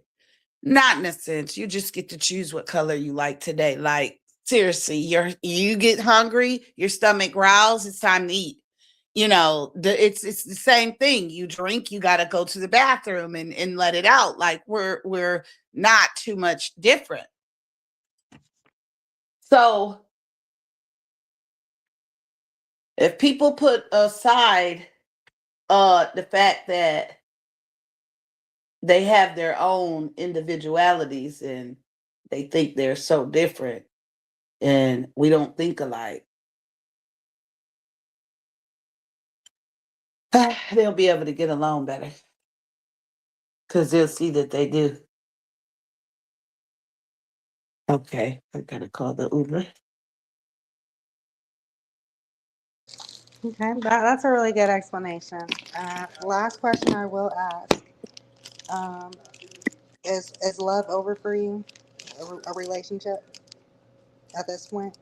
It's funny that you asking these questions, and these are the conversations that um I love to have. I do not and have not ever wanted to say, you know, take love out of the equation. Now, being a little bit more informative on the etymology of love, okay, but it's too late. Like I'm not reversing this. We're not gonna do that. We're just gonna keep this energy and call it love, even though it might have been in the moments. What else we gonna call it? You can call it LUV, love, you know, but this energy that prevents you from wanting to inflict some pain on somebody else has to remain in this earth. And I'm gonna be the one to keep that energy, even if somebody else does too, but I know I have to keep this remain that love conquers all, because at the end of the day, it's not limited to just a male relationship. To have love is to have love. And you have to have love in order to, if you're going to have a male relationship, you have to love those around you that came up with you first to even love outside of that. So love is always important, even without it being intimate. It is important and it's the foundation and it is what is going to prevent you from crossing the line in the sand. And we have to keep that and encourage to keep that. And I think it has been lost and they take it out and replace it with respect and things like that. But we still have the youth. Are they still the youth or have they just come out to be just born little adults? But as we have the youth still to raise and they have to have a future, we still have to have boundaries for them, because as adults, these fools are like limitless. I mean, they're limitless. So love may be I think love should keep love alive. You want something about keep hope alive, keep love alive. Because if we don't work out of love, then we're working out of fear. And I think love is very important. So I have the hopes for it, but in the reality, at this age, what's love got to do it? Got to do it. What's love but a second-hand notion? 'Cause I'll be the one to just ride to the river. I mean, what's love got to do with it at this age? Yeah. You know, I'm with you, Sister Griffin. But Just say it again. You said what? how old are you? I am a good 47 years young. I Absolutely. try not to focus on age. I am how I feel in the moment. I was brought up on being youthful and childlike to keep you longevity, you know, so you don't grow old and bitter and corrupted by the woes and the bumpy roads of life. So yes, I'm a good 47, but Okay, well, that's a good thing. I seen you cammed up yesterday. You don't look your age. So, I mean, in terms of shut age, up. Let me cam at up this again point, then, tap ass. Shut the no, for noise. I real. don't look 47. No, because Okay. yesterday you cammed up and I was like, oh, you was low key Okay, just hold being on, messy at camera. that time. But I was just like, I'm here for it. Yeah, I you don't don't look look your age. 47. No. Yeah, sometimes I'll be like, dang, do I even look like I'm 30? Like it's good in a way, but then it's like it's not good in a way to where you don't get taken serious as much. And I don't have children either. So sometimes it's like you have to mature yourself up to get taken serious a bit, because that youthfulness can be sometimes a hindrance. I mean, Mm-hmm. I wouldn't even say that, but probably you're probably speaking from experience, but probably somebody who's younger could probably still relate to you because of the youthfulness. Don't nobody that a man probably who's your age or younger, they probably want somebody who's not an old hag or behaves like an old hag. Just someone who's cheerful, someone who is youthful, because it's not in the number itself. It's how do you feel and how do you act. Yeah, but that youthfulness comes with and I'm speaking from a daddy's girl's from point of view. Um, yeah. Oh, wait, my eyes are. I need to get some eye drops. Jeez, it must have been some good. My eyes ain't been. Oh, I didn't sleep till 12. Yeah. So that daddy's girl syndrome can be like a little bit of a hindrance, because having that youthfulness can, and this goes back along with being told that you are from the rib of Adam and that you are made for a man.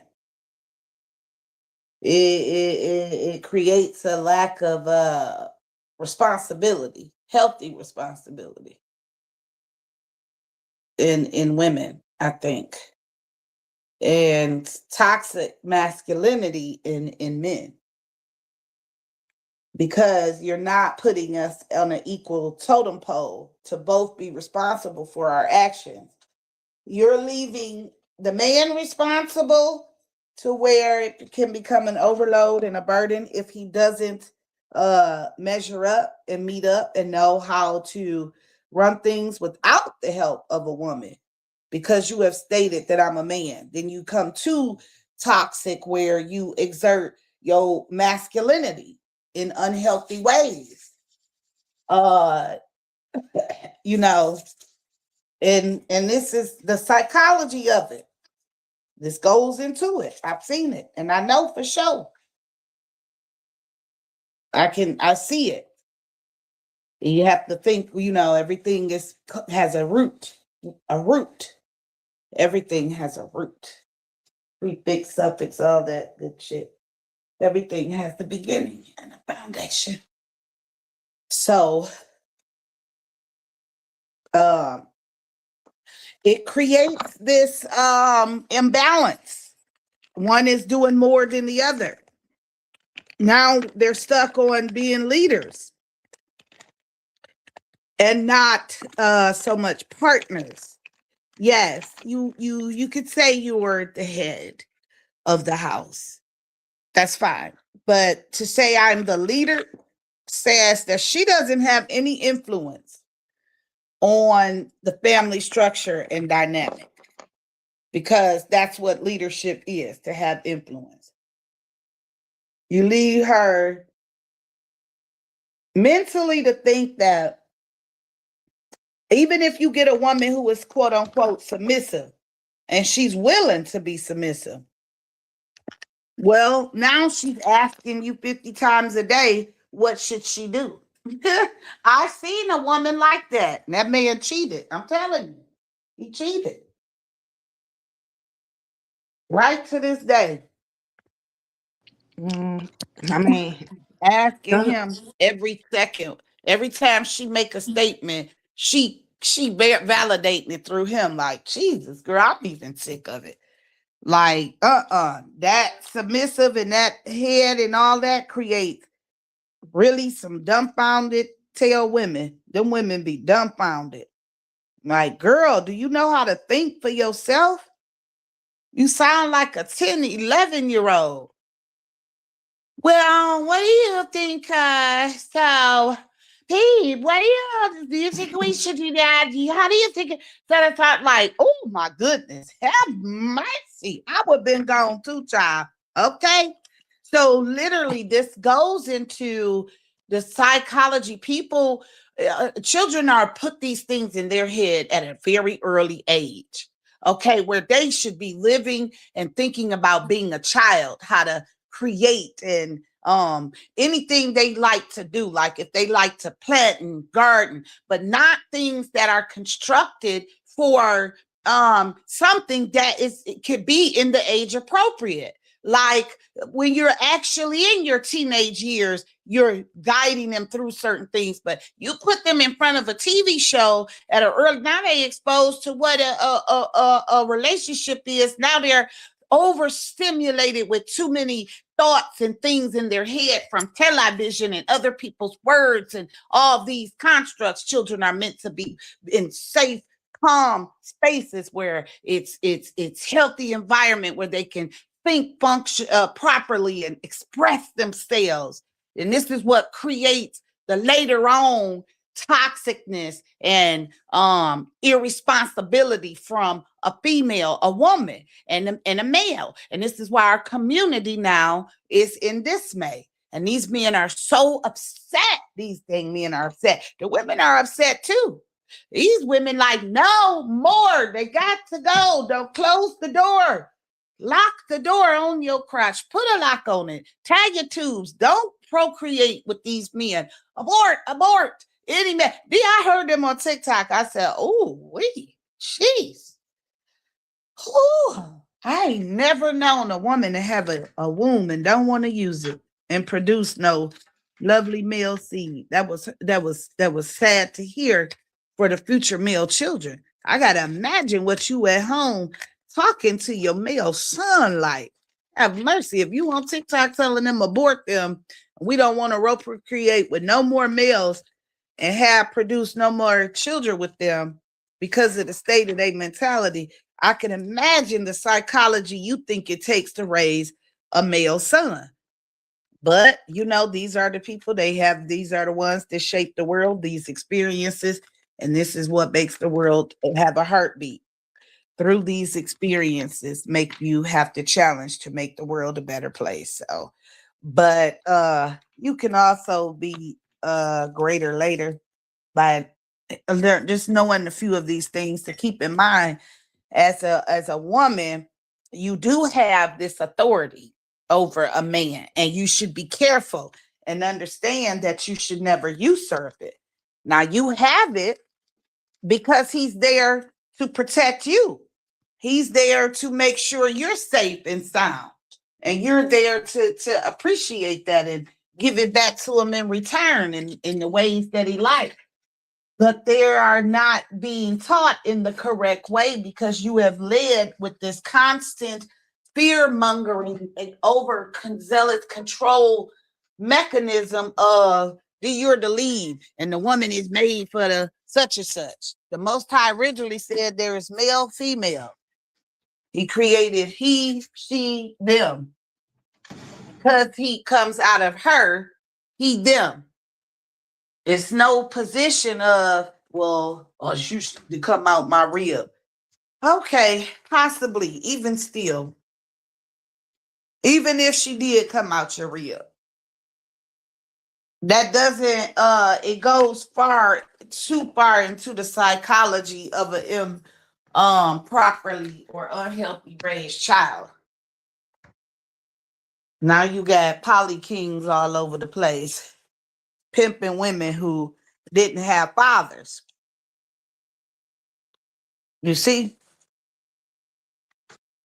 Yeah. Were you around him, Who? Polly King? I went up to speak on his panel a few times. He got very hard energy too. Very hard energy. He's Okay. very that energy is hard. I've went on his panel and tried to debate him a few times, but he's very meticulous in how he allows that information to come out. So he's not one to mm-mm. Yeah. So you can't really go against his program. Yeah, ain't no way. Cause especially if you it's a way that they think they so tricky and clever. But if you have if you gonna direct the conversation, sir, then there's no point in me speaking unless I ask you what do you want me to say next. That's how he do. Okay, I'm understanding. How about with Fire? Like when you're sitting on Fire's panel, do you how do you feel like he runs his panels? The one thing about Fire is that he will go to evidence. That's the difference. He will go to an evidence and share with you the evidence on the screen of what he's saying. Okay, yeah. So it's interesting to see the evidence. You get it? You're not hearing the person. You hear them, but if somebody's going to show and tell, you come to the class for the show and tell. What do you have to show me? You told me what you got. Now show me. And I used to love show and tell. Remember, did you have show and tell growing up? Yeah, we had show and tell. Yeah, that was I loved school. I loved school. I was the teacher's pet all the time. I always brought the teacher things, bookmarks, little coffee mugs or something. Because my grandma took me to yard sales with her a lot. And so I would see little things and bring it back to the teacher, sit in the front of the class. I was such a I love school. I played school for a long, long, long time, and I was never the student.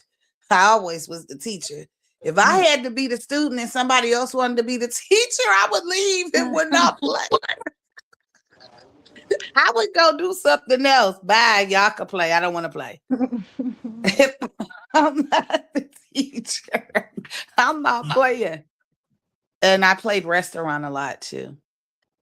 But yeah, so that's the interesting thing, it's one thing to talk and say something, but when you are not coming from your own talking points, it's more interesting.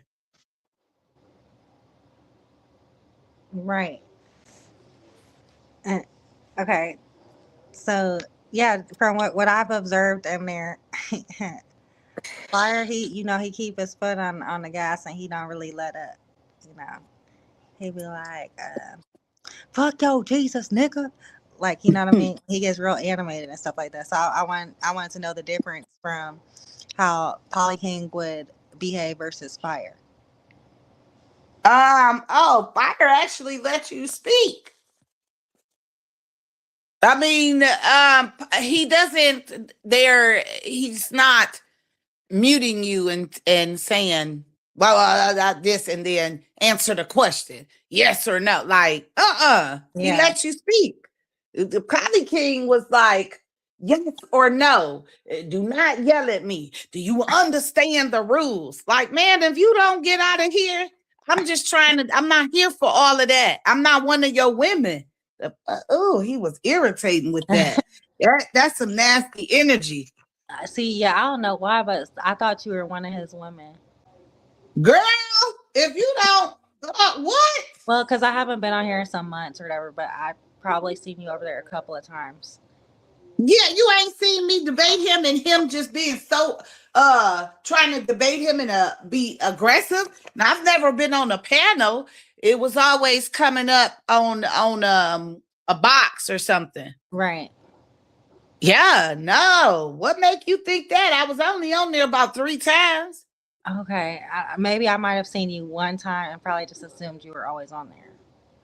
Oh no, Polly That's King. probably how I first saw your name. That's why I asked you who you said. You know what I mean? You sure you talking about Polly King? Maybe. He Or maybe I'm talking about somebody else. kicks me. He kicks me too fast for me to be on there. Yeah. No. The bald head one. Child, I don't do bald head. No, I don't do bald head. That's how that was funny. Bald head. Bald head. Small head, bald head. Bald head. No, absolutely not. Don't assume. Check that. No, ma'am. Not him. He's too pretty in the eyes. I don't like it. I don't like that glossy look. I don't like it. You don't like that look. Too pretty in the eyes. I don't like that. Right. I don't like that either. I don't like pretty men or ones who think that they look good, even if they do. You know what I mean? Turn off. That's me. Yeah, I've tried to debate him on polygamy and why you shouldn't have more than one wife. And I tried to get up there and debate him recently. And told him that if Jesus was the Son of God, he had no father, would Mary be God? And he wanted to direct the conversation too much. That way I didn't have an opportunity to release any of what I had to combat with. So he makes you go to what he knows, and you have to know scripture. You have to know scripture, because if you don't, you will be stuck like Chuck. And I was stuck like Chuck because I didn't know the scriptures that he was telling me and asking me about.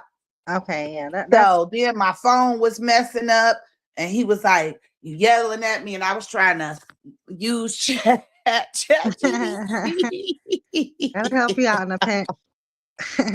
I was gonna speak Hebrew and everything because it was in the chat GBT, but he too he kicked me out.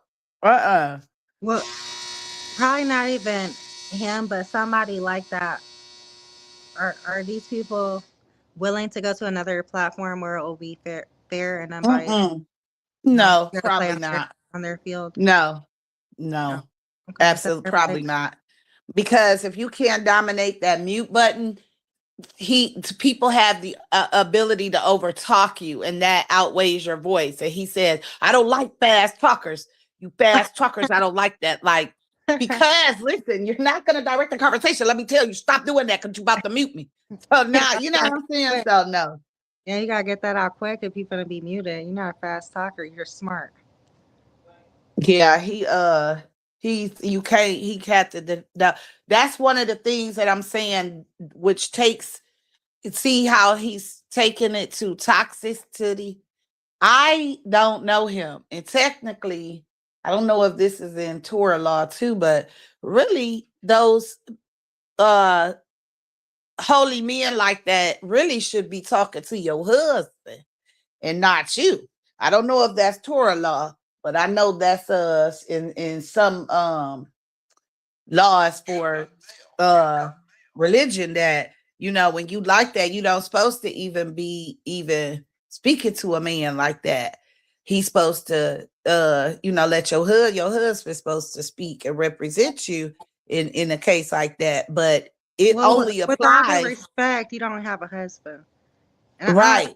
So he shouldn't be speaking, but he's willing to on his end, he's willing to speak, but he shouldn't be willing to speak to me and say, I have to talk to your husband. And if you have not one, then what? Then I think he could talk to you because now technically you don't have a teacher, so he feel like he's gonna educate you. Okay. Yeah. Yeah. But But had you no, had a husband, because he should have said that should be one of his first questions too, right? If he's standing out exactly. and that should be his first question. Hey, do you have a husband? And then you say no, he should be able to decide right then and there whether or not he gonna deal with you. Yeah. But they only apply it to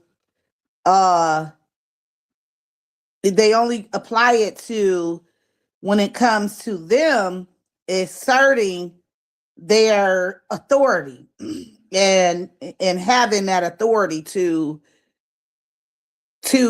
kind of for you to be subservient and them to have that control, because it says that he should rule over you. But for me, if currently I'm considered a barren woman, I always tell them that, but they applied this scripture, Isaiah 54, to they apply it towards the land, and it doesn't have anything to do with the woman being barren, but it could very much well apply to a woman in so many ways that's without child. And so in that says that, you don't really have a ruler, for the Most High is your ruler. He's your God.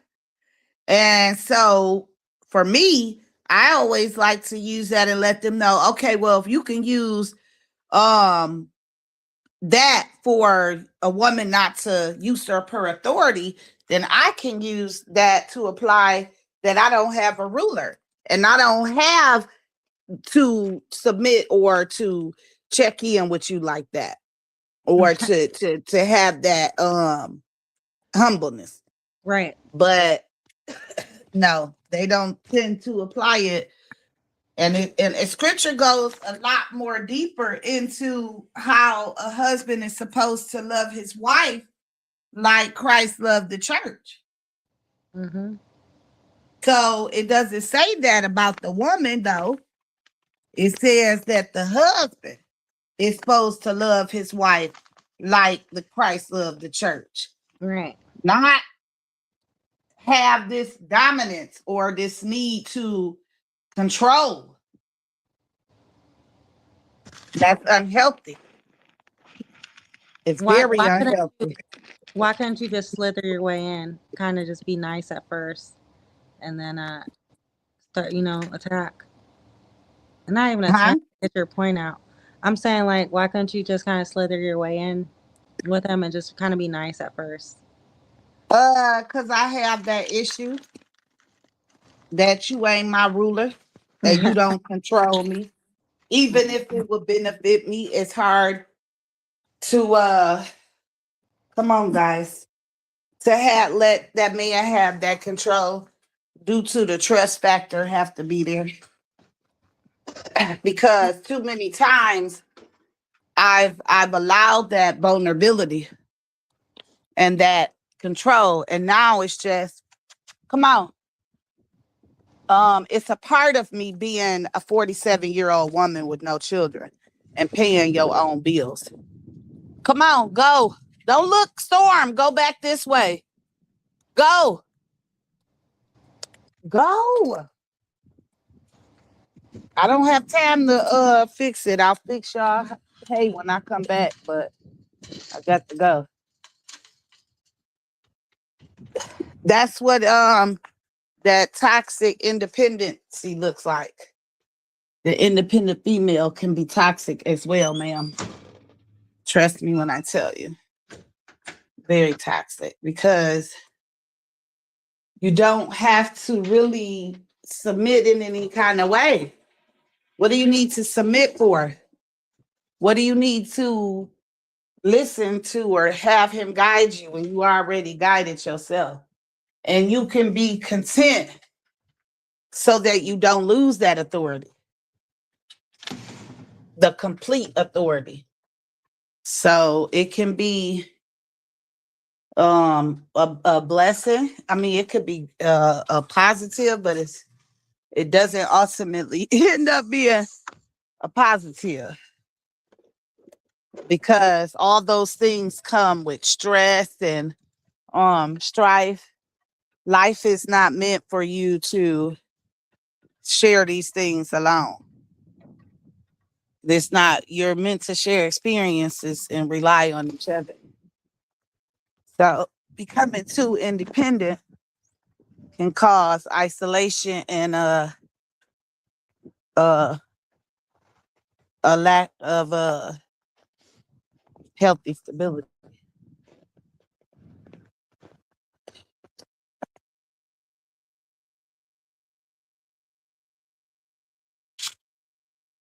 Okay. Did you go?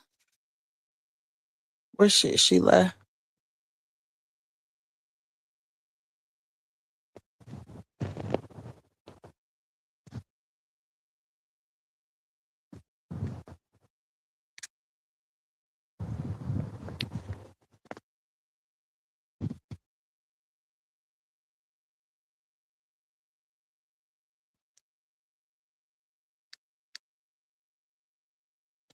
Okay then. So to switch it over, uh this is the Fire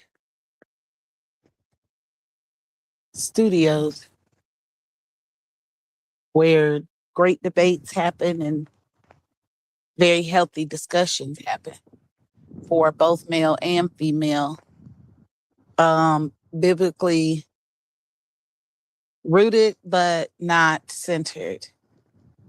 Got a lot of up and coming great things for the audience and for the panelists to have great discussions and be a part of the audience participation in some of the future events that's coming up with the Ring of Fire, such as biblical debates, biblical Jeopardy, Bible bowls, presentations that is brought upon about people who have certain things that they may specialize in and that they may hold dear to them. What do you stand for? What is your thoughts? What is your theory? What is your foundation? And so you have an opportunity, we'll have an opportunity to present that and have a Q&A. So that's another thing where you have the floor. Yeah. Who you picking up for? All right, so you can just put it in the car. I mean, you can just put it in the house then. Okay, well, they got no time to smoke around your house. No.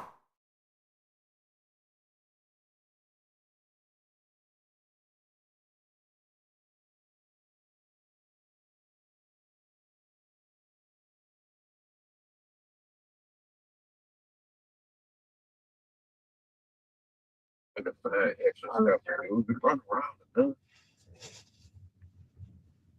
Exactly. I'm gonna make sure I leave it in there. Yeah. Unless you just want to, it's up to you. No,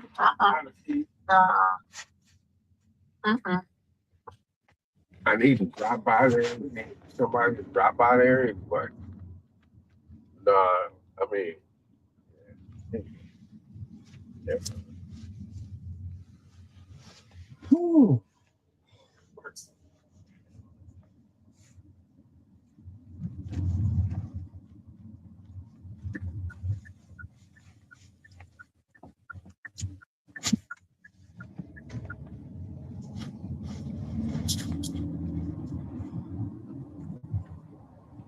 But anyway, all right, I'll call you back in a minute. I mean, like right in that slum. Okay. I just picked up. Okay. All right, bye. How you doing? Now, what was you saying, man? What was I saying?